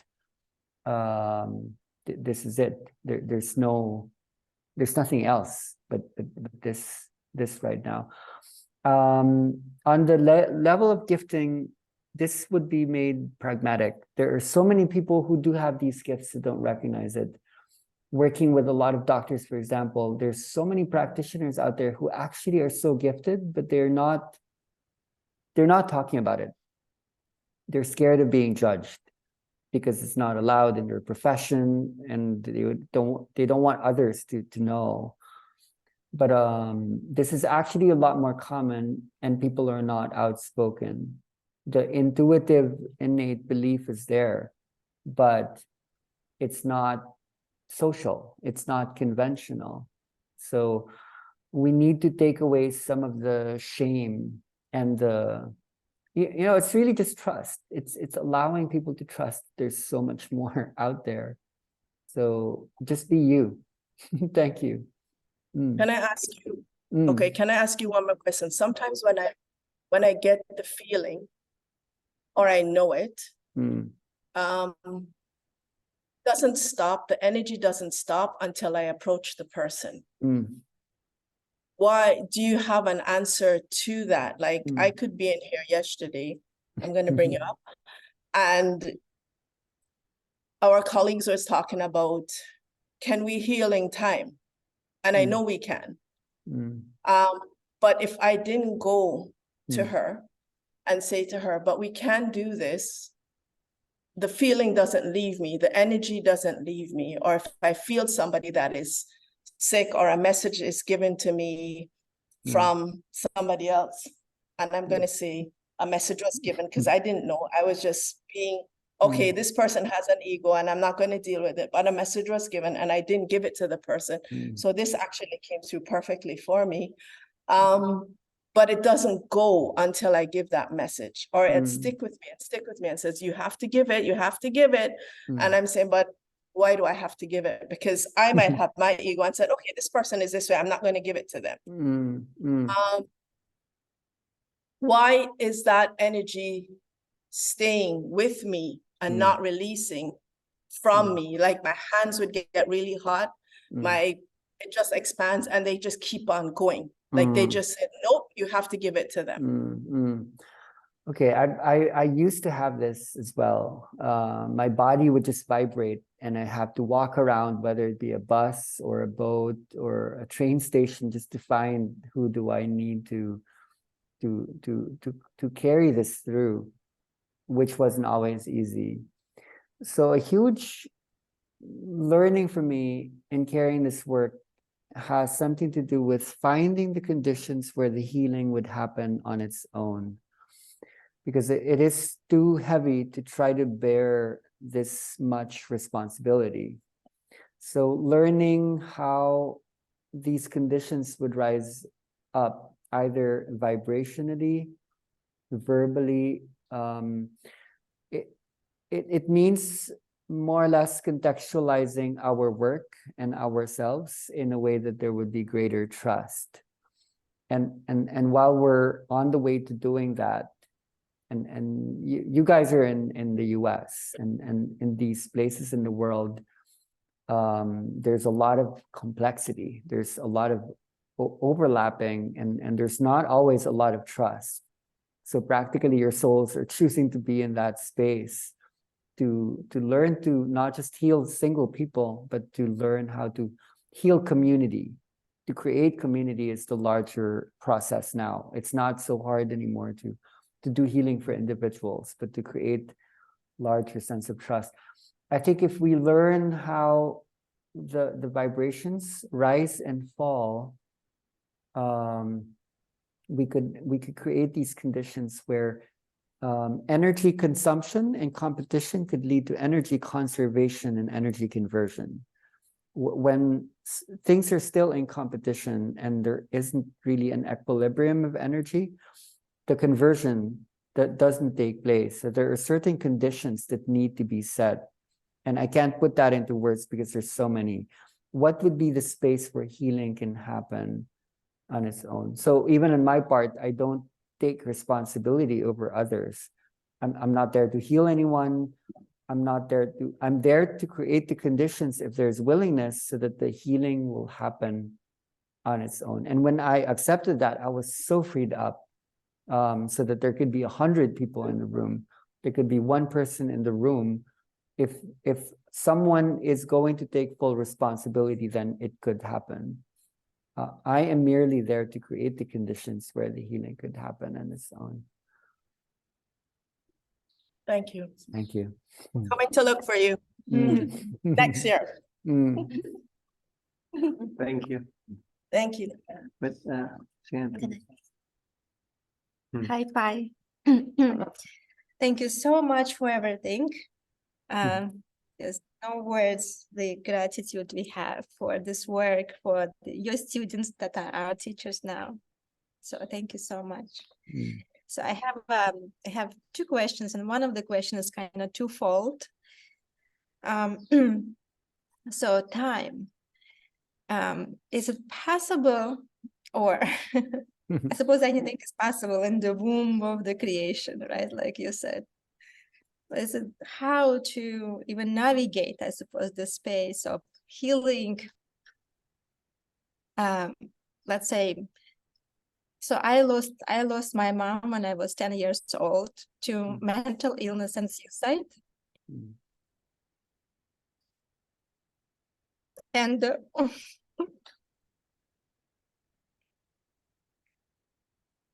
still healing.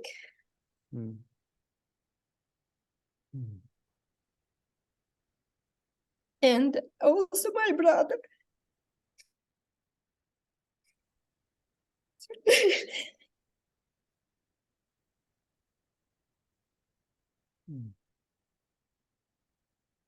And also my daughter.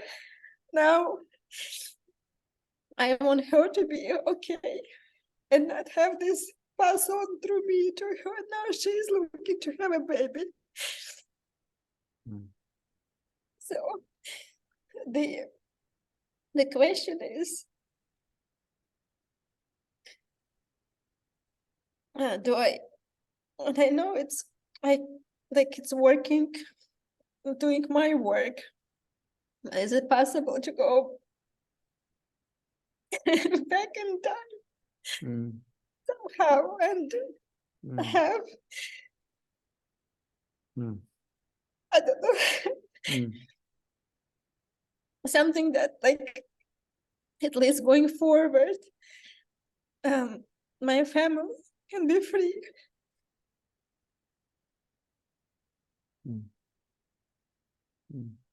Yeah. Let's speak to that first. Based on our understanding of time, what we think is we can change the future.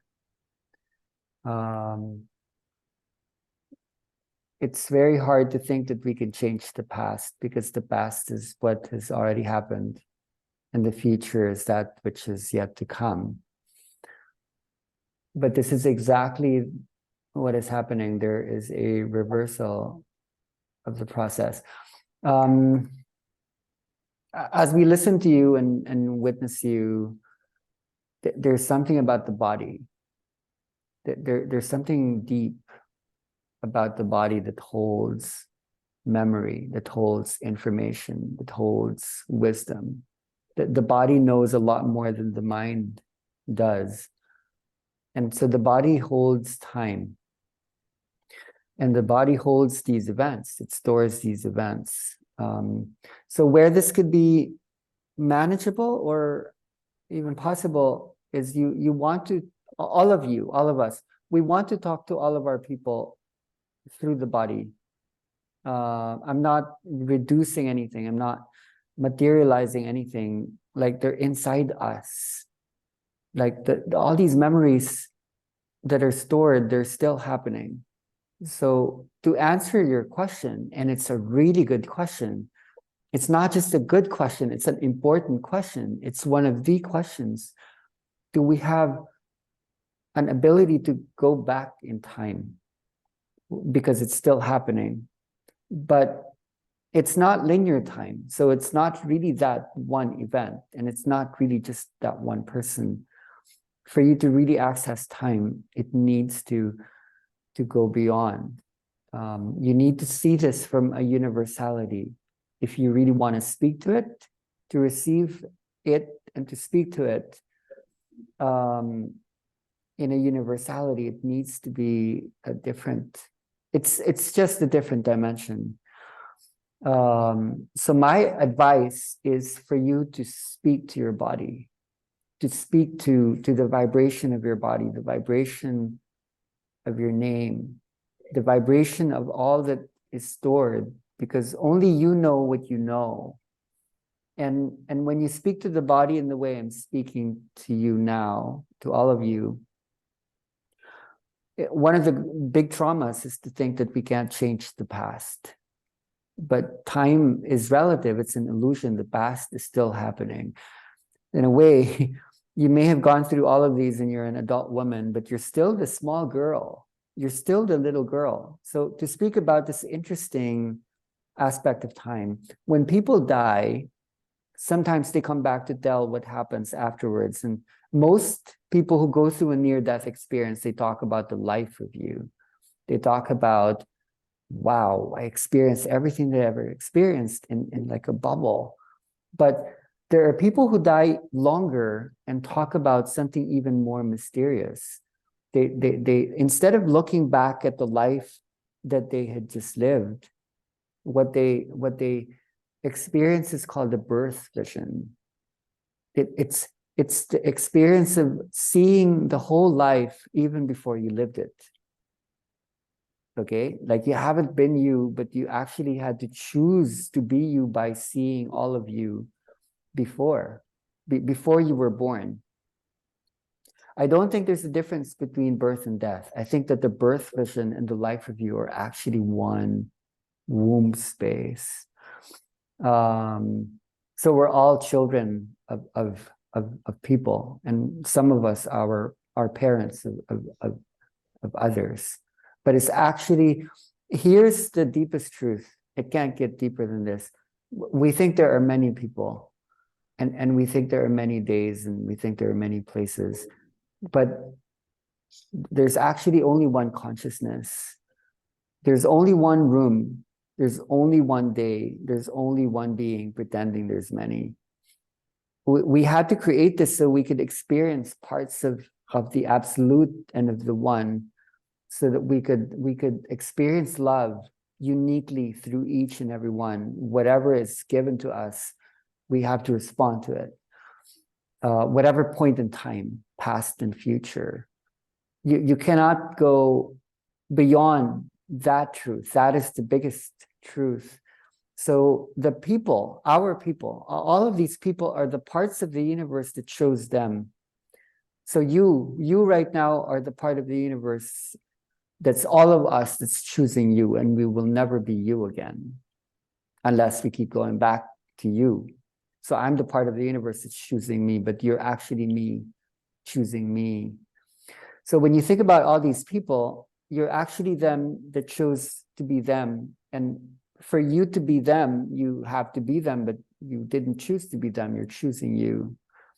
There are layers of complexity underneath that, where you actually then, to experience them, through them, you would need to just go into a much deeper empathy. And sometimes someone needs to die for you to learn that, the lessons that they are giving.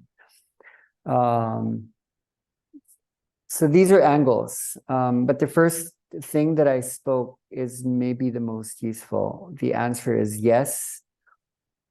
We can go there, but it's wrong to say that we can go back there, because in truth, and I've seen many people experience this, we're not going back there because it's not back there, it's actually still here. All of it is coexisting now. We just can't experience all of it at the same time because it's going to be too confusing. So we created time so that there would be a story and a sequence. So we're interested in energy because there is a way in which you can access all of it at any point at your choosing, if and when you're ready for it. So there will be opportunities to speak to it without the literal having to go back to that day.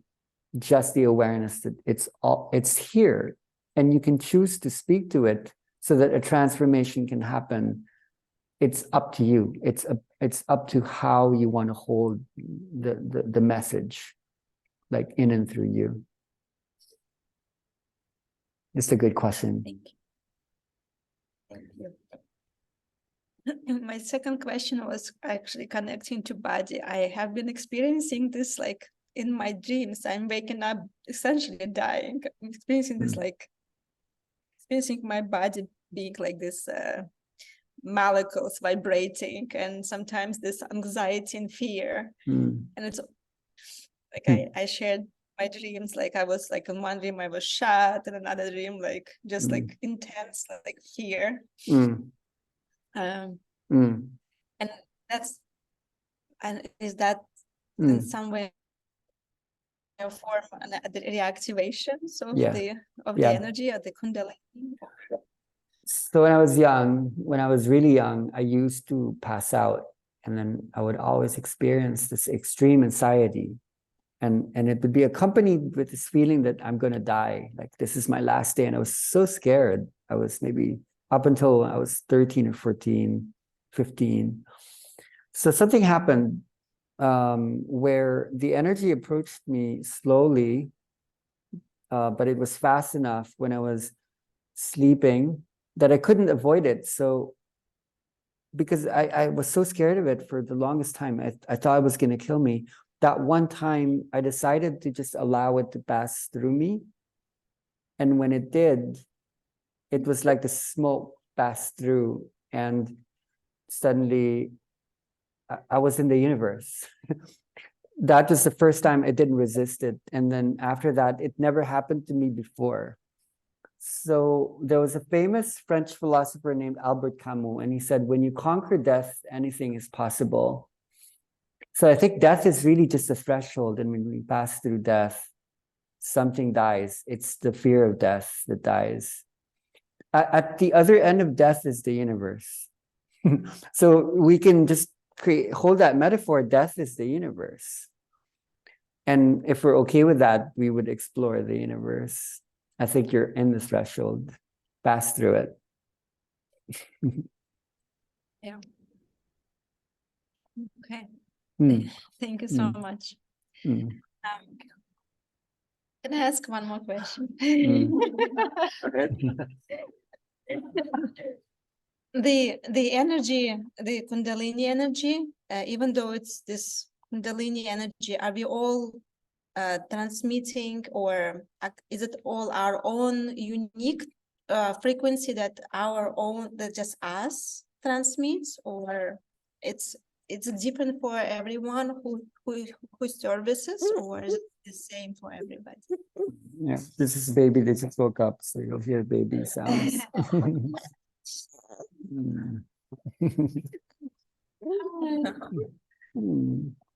Okay.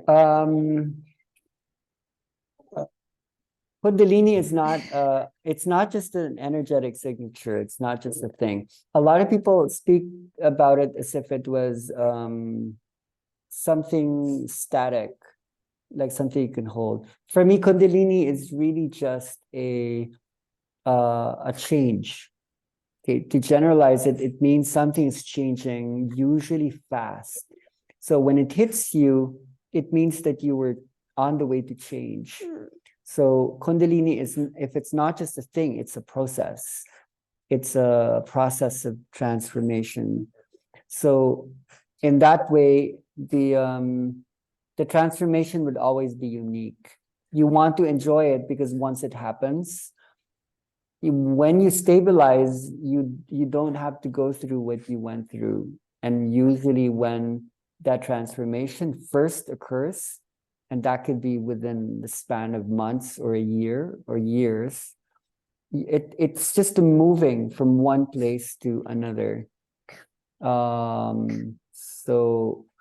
it's one thing to try to look for the signature, the imprint, but it's situated, meaning it's really more of a process. And what would make that unique would be each person is built differently, so that when you're moving from one place to the next, like for example, when you witness the music, when you design the music that would hold a space, the power or the change isn't inside the pieces of the music.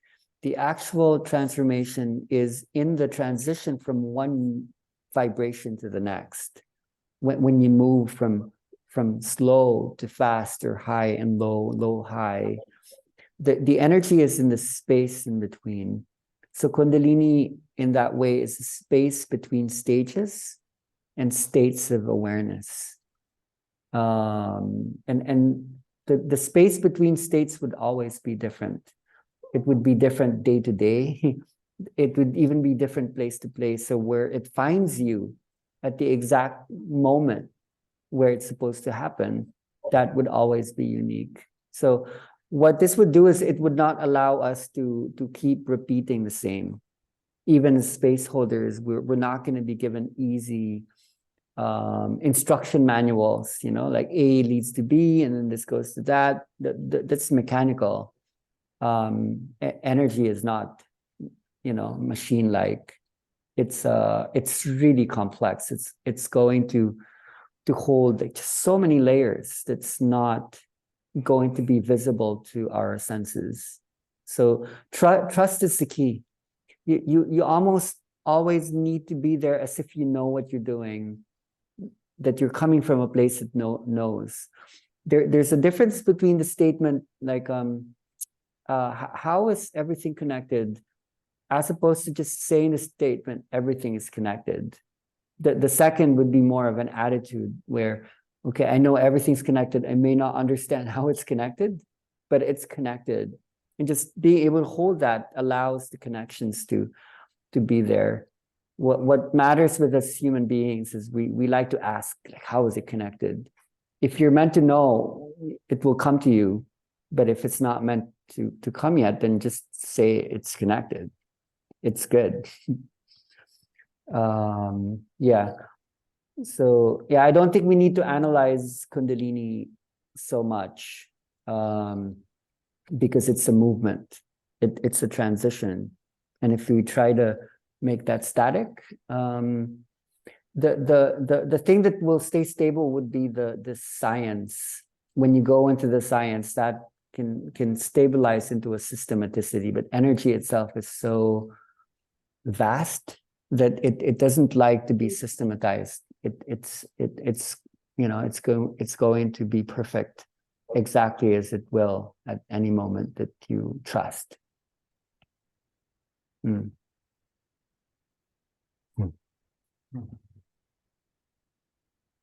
Thank you.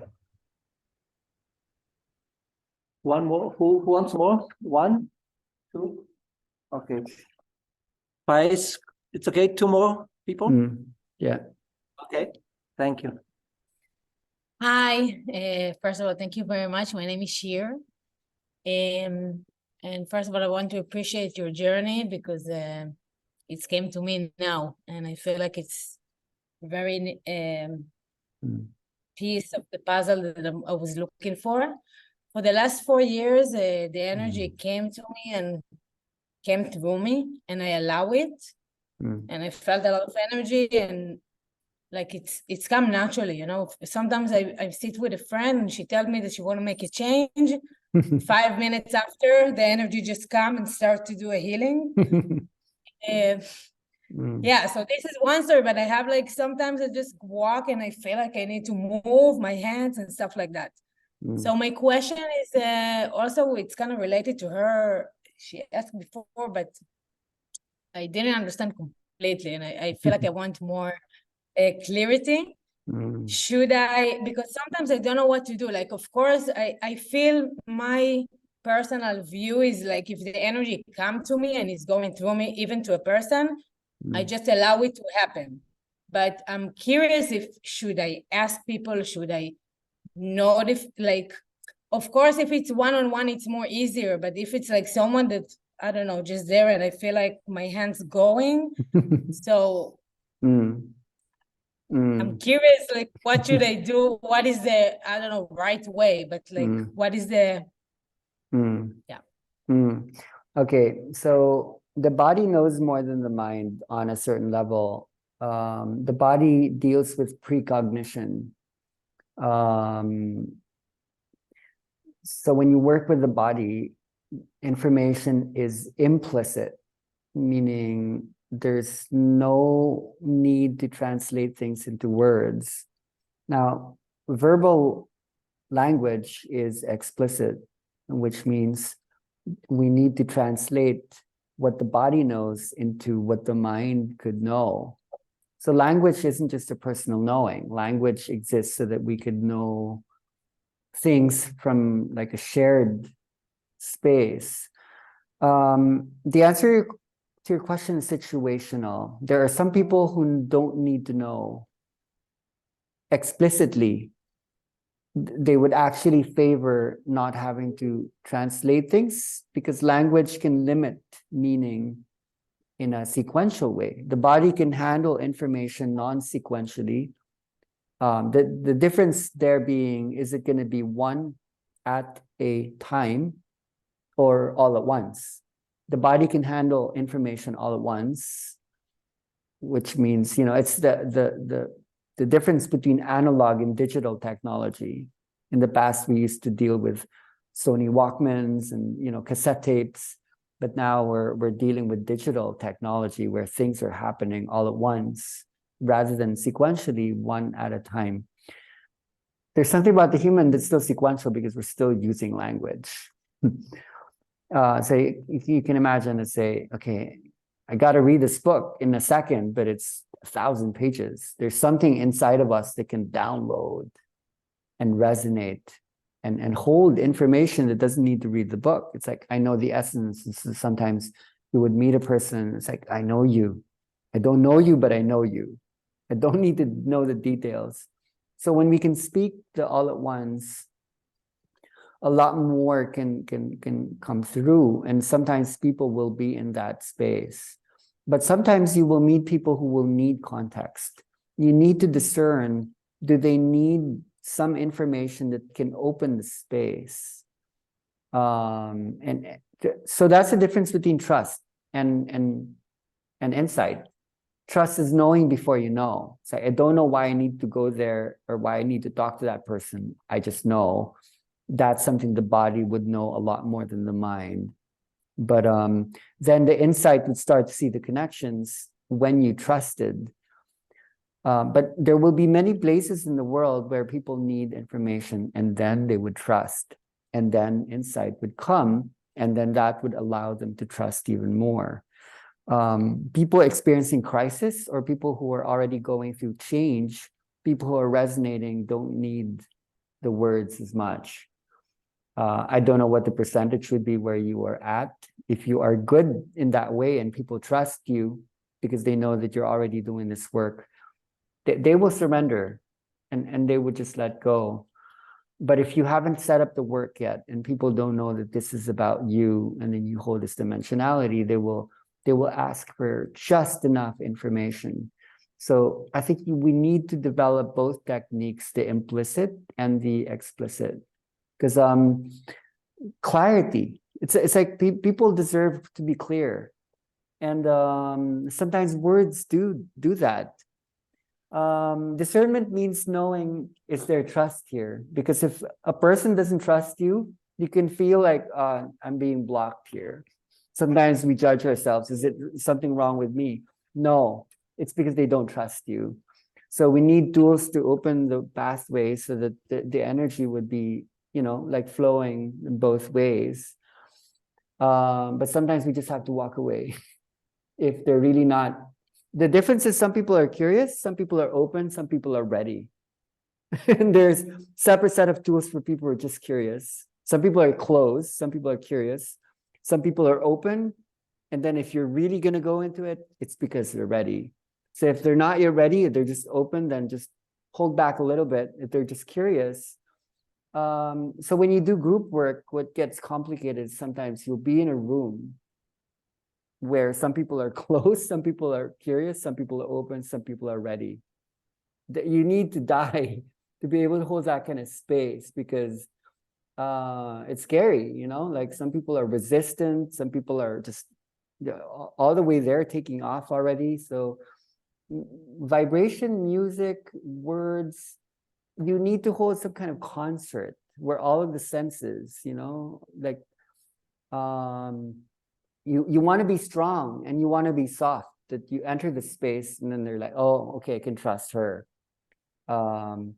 So how do you speak in this way that you can speak to everyone universally and they feel like, wow, it's like you were speaking to me, like me. And then everyone's saying, no, she was speaking to me. It's like, wow, she can speak to everyone as if you're speaking as one. You need to kind of order the mind, restructure the brain that can allow that to happen. It takes a lot of humility and a lot of confidence to kind of do that. To bring the energy of birth and death at the same time. I don't think we need to worry about this, because I feel like the world is becoming readier and readier. We're inching our way closer to a deeper level of trust, because it feels like in many places it's so messed up that there's no other choice but to kind of go there. It just doesn't seem like it, because very few people are holding that kind of space. So in the beginning, it's usually just more difficult to contextualize what we do. But once some people experience, and then more and more people experience, the rest is history. You just have to walk into the room, sit down, sometimes even just press the play button, and people just go there. And you're like, wow, am I even doing anything here? It's just doing itself. Then you're lucky, So good luck with that. Have fun. You want to enjoy that. Wow. Thank you so much. Hey, I have a question about self-activation, but I don't know if you're gonna talk with us or yeah. So one more question about self-activation. Like, anyway, my hands moving and healing myself, but so like, how does it work basically? The body is a language, and when we start to speak, some people go into light language. There are scientific explanations of that in terms of brain lobes. But when the body speaks, when the body moves, it's still a language. So the best that I can explain this, when you go through the energy, sometimes there's two of you. I've watched some people go into the cosmos, into the universe, super deep, but they're in our retreat center and they actually need to take their flight back home. So very often there's a strange thing where you're so deep, but you're also thinking the way you're thinking, where, okay, I need to take care of the kids and I need to, isn't that interesting that, you know, you're still you, but there's a part that's not you. It's almost schizophrenic. I remember a session that I held for a woman a couple of months ago where she literally felt herself become the wise old woman, but at the same time, she was like a 5-year-old. And then the wise old woman's like, oh, you know so much, come on. And the 5-year-old's like, I can't catch up. Authentically, she was both. And the 5-year-old couldn't hurry up because she's 5 years old. And the wise old woman, she was just like, but I already know it. So you want to be kind to yourself. And when the self-activation happens, you want to recognize that the wise old woman is talking to the 5-year-old. So there's a part of your body that already knows. And then whether that be automatic or you just go ahead and do it, the signals are there. So imagine that these mudras, these kriyas are like letters of the alphabet, and you're just like formulating sentences. I find language really interesting. You know, it's like when you speak these words to your mom, to the baby, to this and that, how do you know what you're going to say?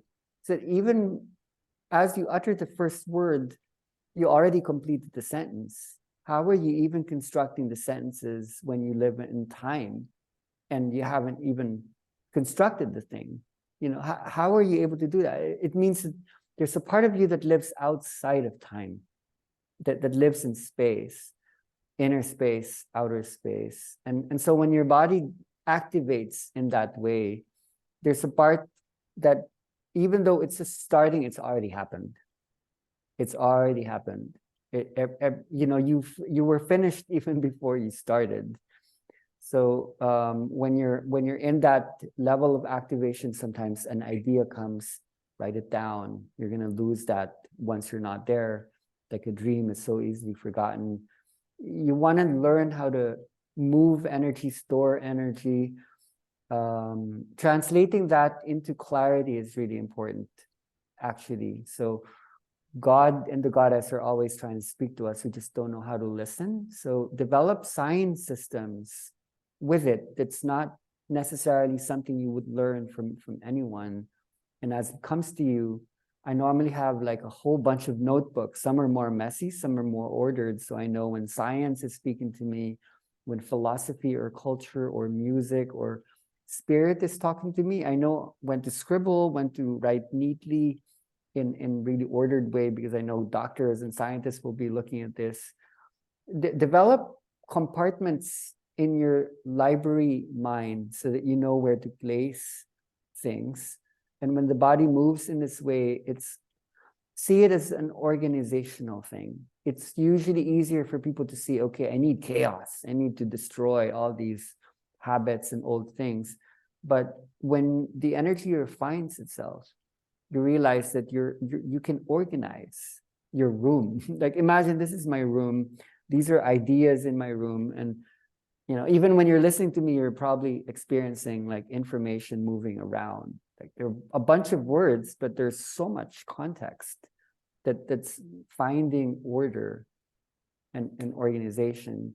So the movements help a lot in organizing. Even psychologists have found out that the way children arrive at concepts and words had to begin with movement.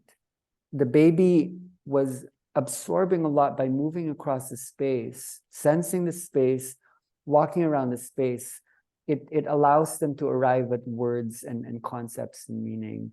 And when you tell a child, okay, you need to behave, stop moving, be a good boy, be a good girl, we're actually limiting their mind. We're colonizing their mind. So there's a reason why we're freeing up the movements, because movement is actually a way of thinking. It just doesn't seem like it because it's not three-dimensional sequential thinking. It's non-linear all at once thinking. So there are scientific explanations that would prove that the energy is actually revisiting the baby brain. the baby mind, and the baby brain is not stupid. The baby brain knows a lot more because it is coming from dimensionality. So to go back to the baby brain and the baby body means freeing up the movement, like physical movement. Kinesthesia is a way of organizing. It's pre-verbal thought, which is non-linear, non-sequential thinking. It's a lot more powerful, like in a way. So keep developing that. Amazing. Wow. More than expected. Thank you. Thank you. Last one.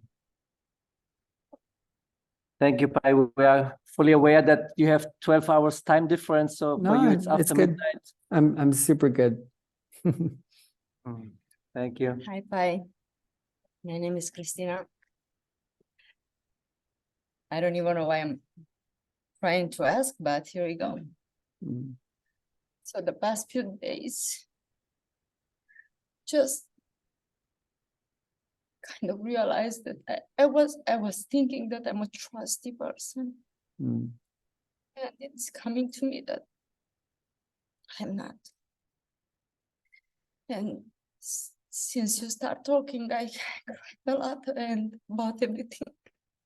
I'm not that. I'm not crying usually. And every time you said trust was triggering me back. And I don't know why. And I don't know who to ask. And where to go to find out.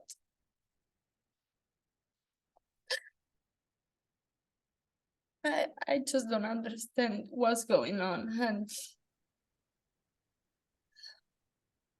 I just went a bit inside of me right now while you were talking, and every time I was hearing trust was like, you know, like a button pressed. And I realized that I kind of, mostly of all of my life, I never trust, not even as a child. I didn't trust there is a God, there is universe or nothing. Yeah, I hear you. Yeah, I feel you. You have to then now go into a conversation inside you that also is in conversation with everyone in your life that ever told you that you're not good enough. That's the root. Anyone who's ever told you you're small, that don't be unlimited, don't be big, they programmed you to doubt and to be a skeptical person.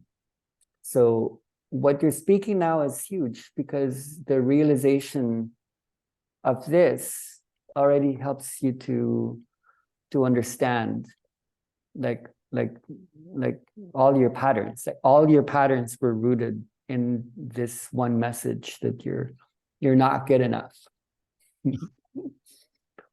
So everything would change from here on. This is your fulcrum. This is your crux. This is your turning point.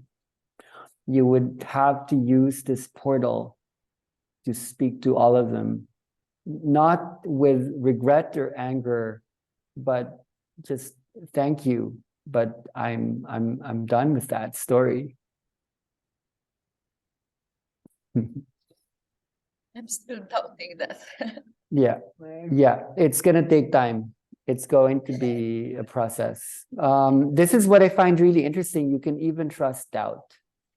That's the most ridiculous thing. Trust, even doubt. And what you're speaking is the story of many, of almost everyone, actually, because most of us had the same parents and had the same cultures that were, at a time of hardship when people didn't have the right support systems. So you cannot become a good therapist or a healer if you don't go through this, because you won't understand the mechanisms inside others. That's why this won't be shortcutted. You want to also understand this from a deep place.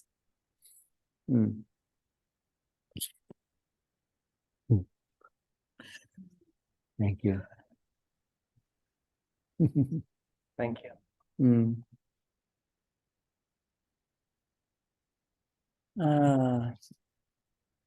One more question which came up a few times in the trainings, as you know, and we, Sandra and myself, give our answer to that. The question, what about pregnant women coming to sessions? So when it's time to facilitate, what's the saying? So on one side, we say, yes, everybody and every human being is welcome because the energy is benevolent to the process. At the same time, we feel there's a word of caution. And so we would like to ask you on what to give your insight on that. Not an inner dance. Like the most powerful experiences I've seen actually come from pregnant women, either first, second, or third term, or trimester. We've never said no, and the process actually allows women to prepare for the actual birthing process.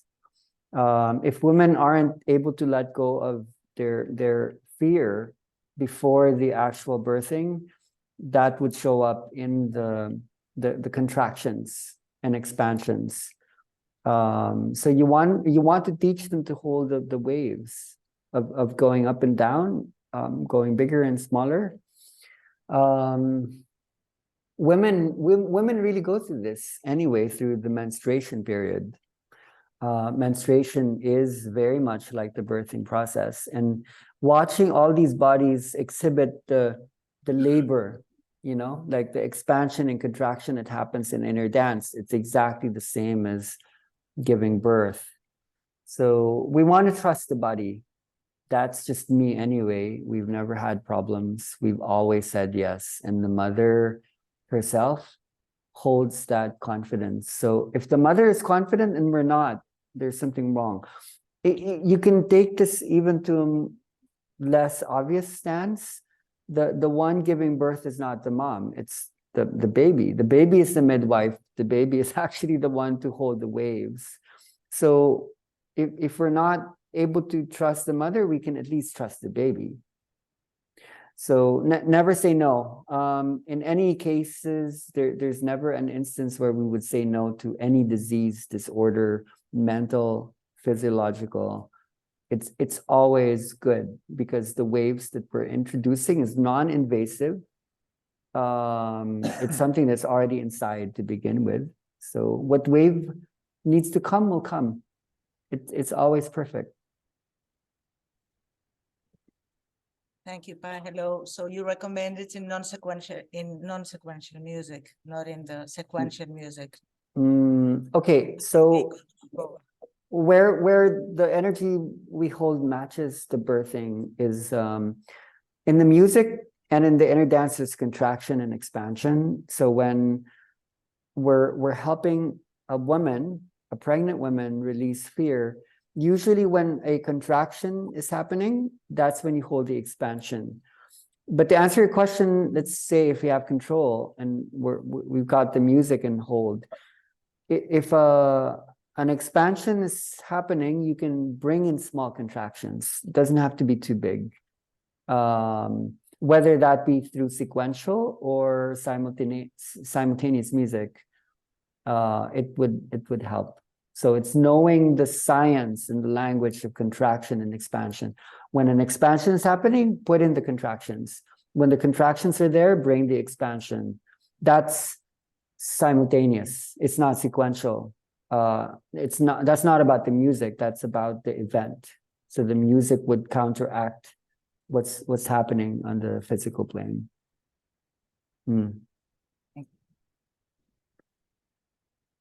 Thank you very much, Pai, for your availability, for your wisdom, for the sharing. This is actually one of the deepest Zoom meetings I've been in. So there's something about this group, these people over there, and this situation that is very magical, as always. I'm really glad to have been pulled into this this meeting. I want to show you what's happening here.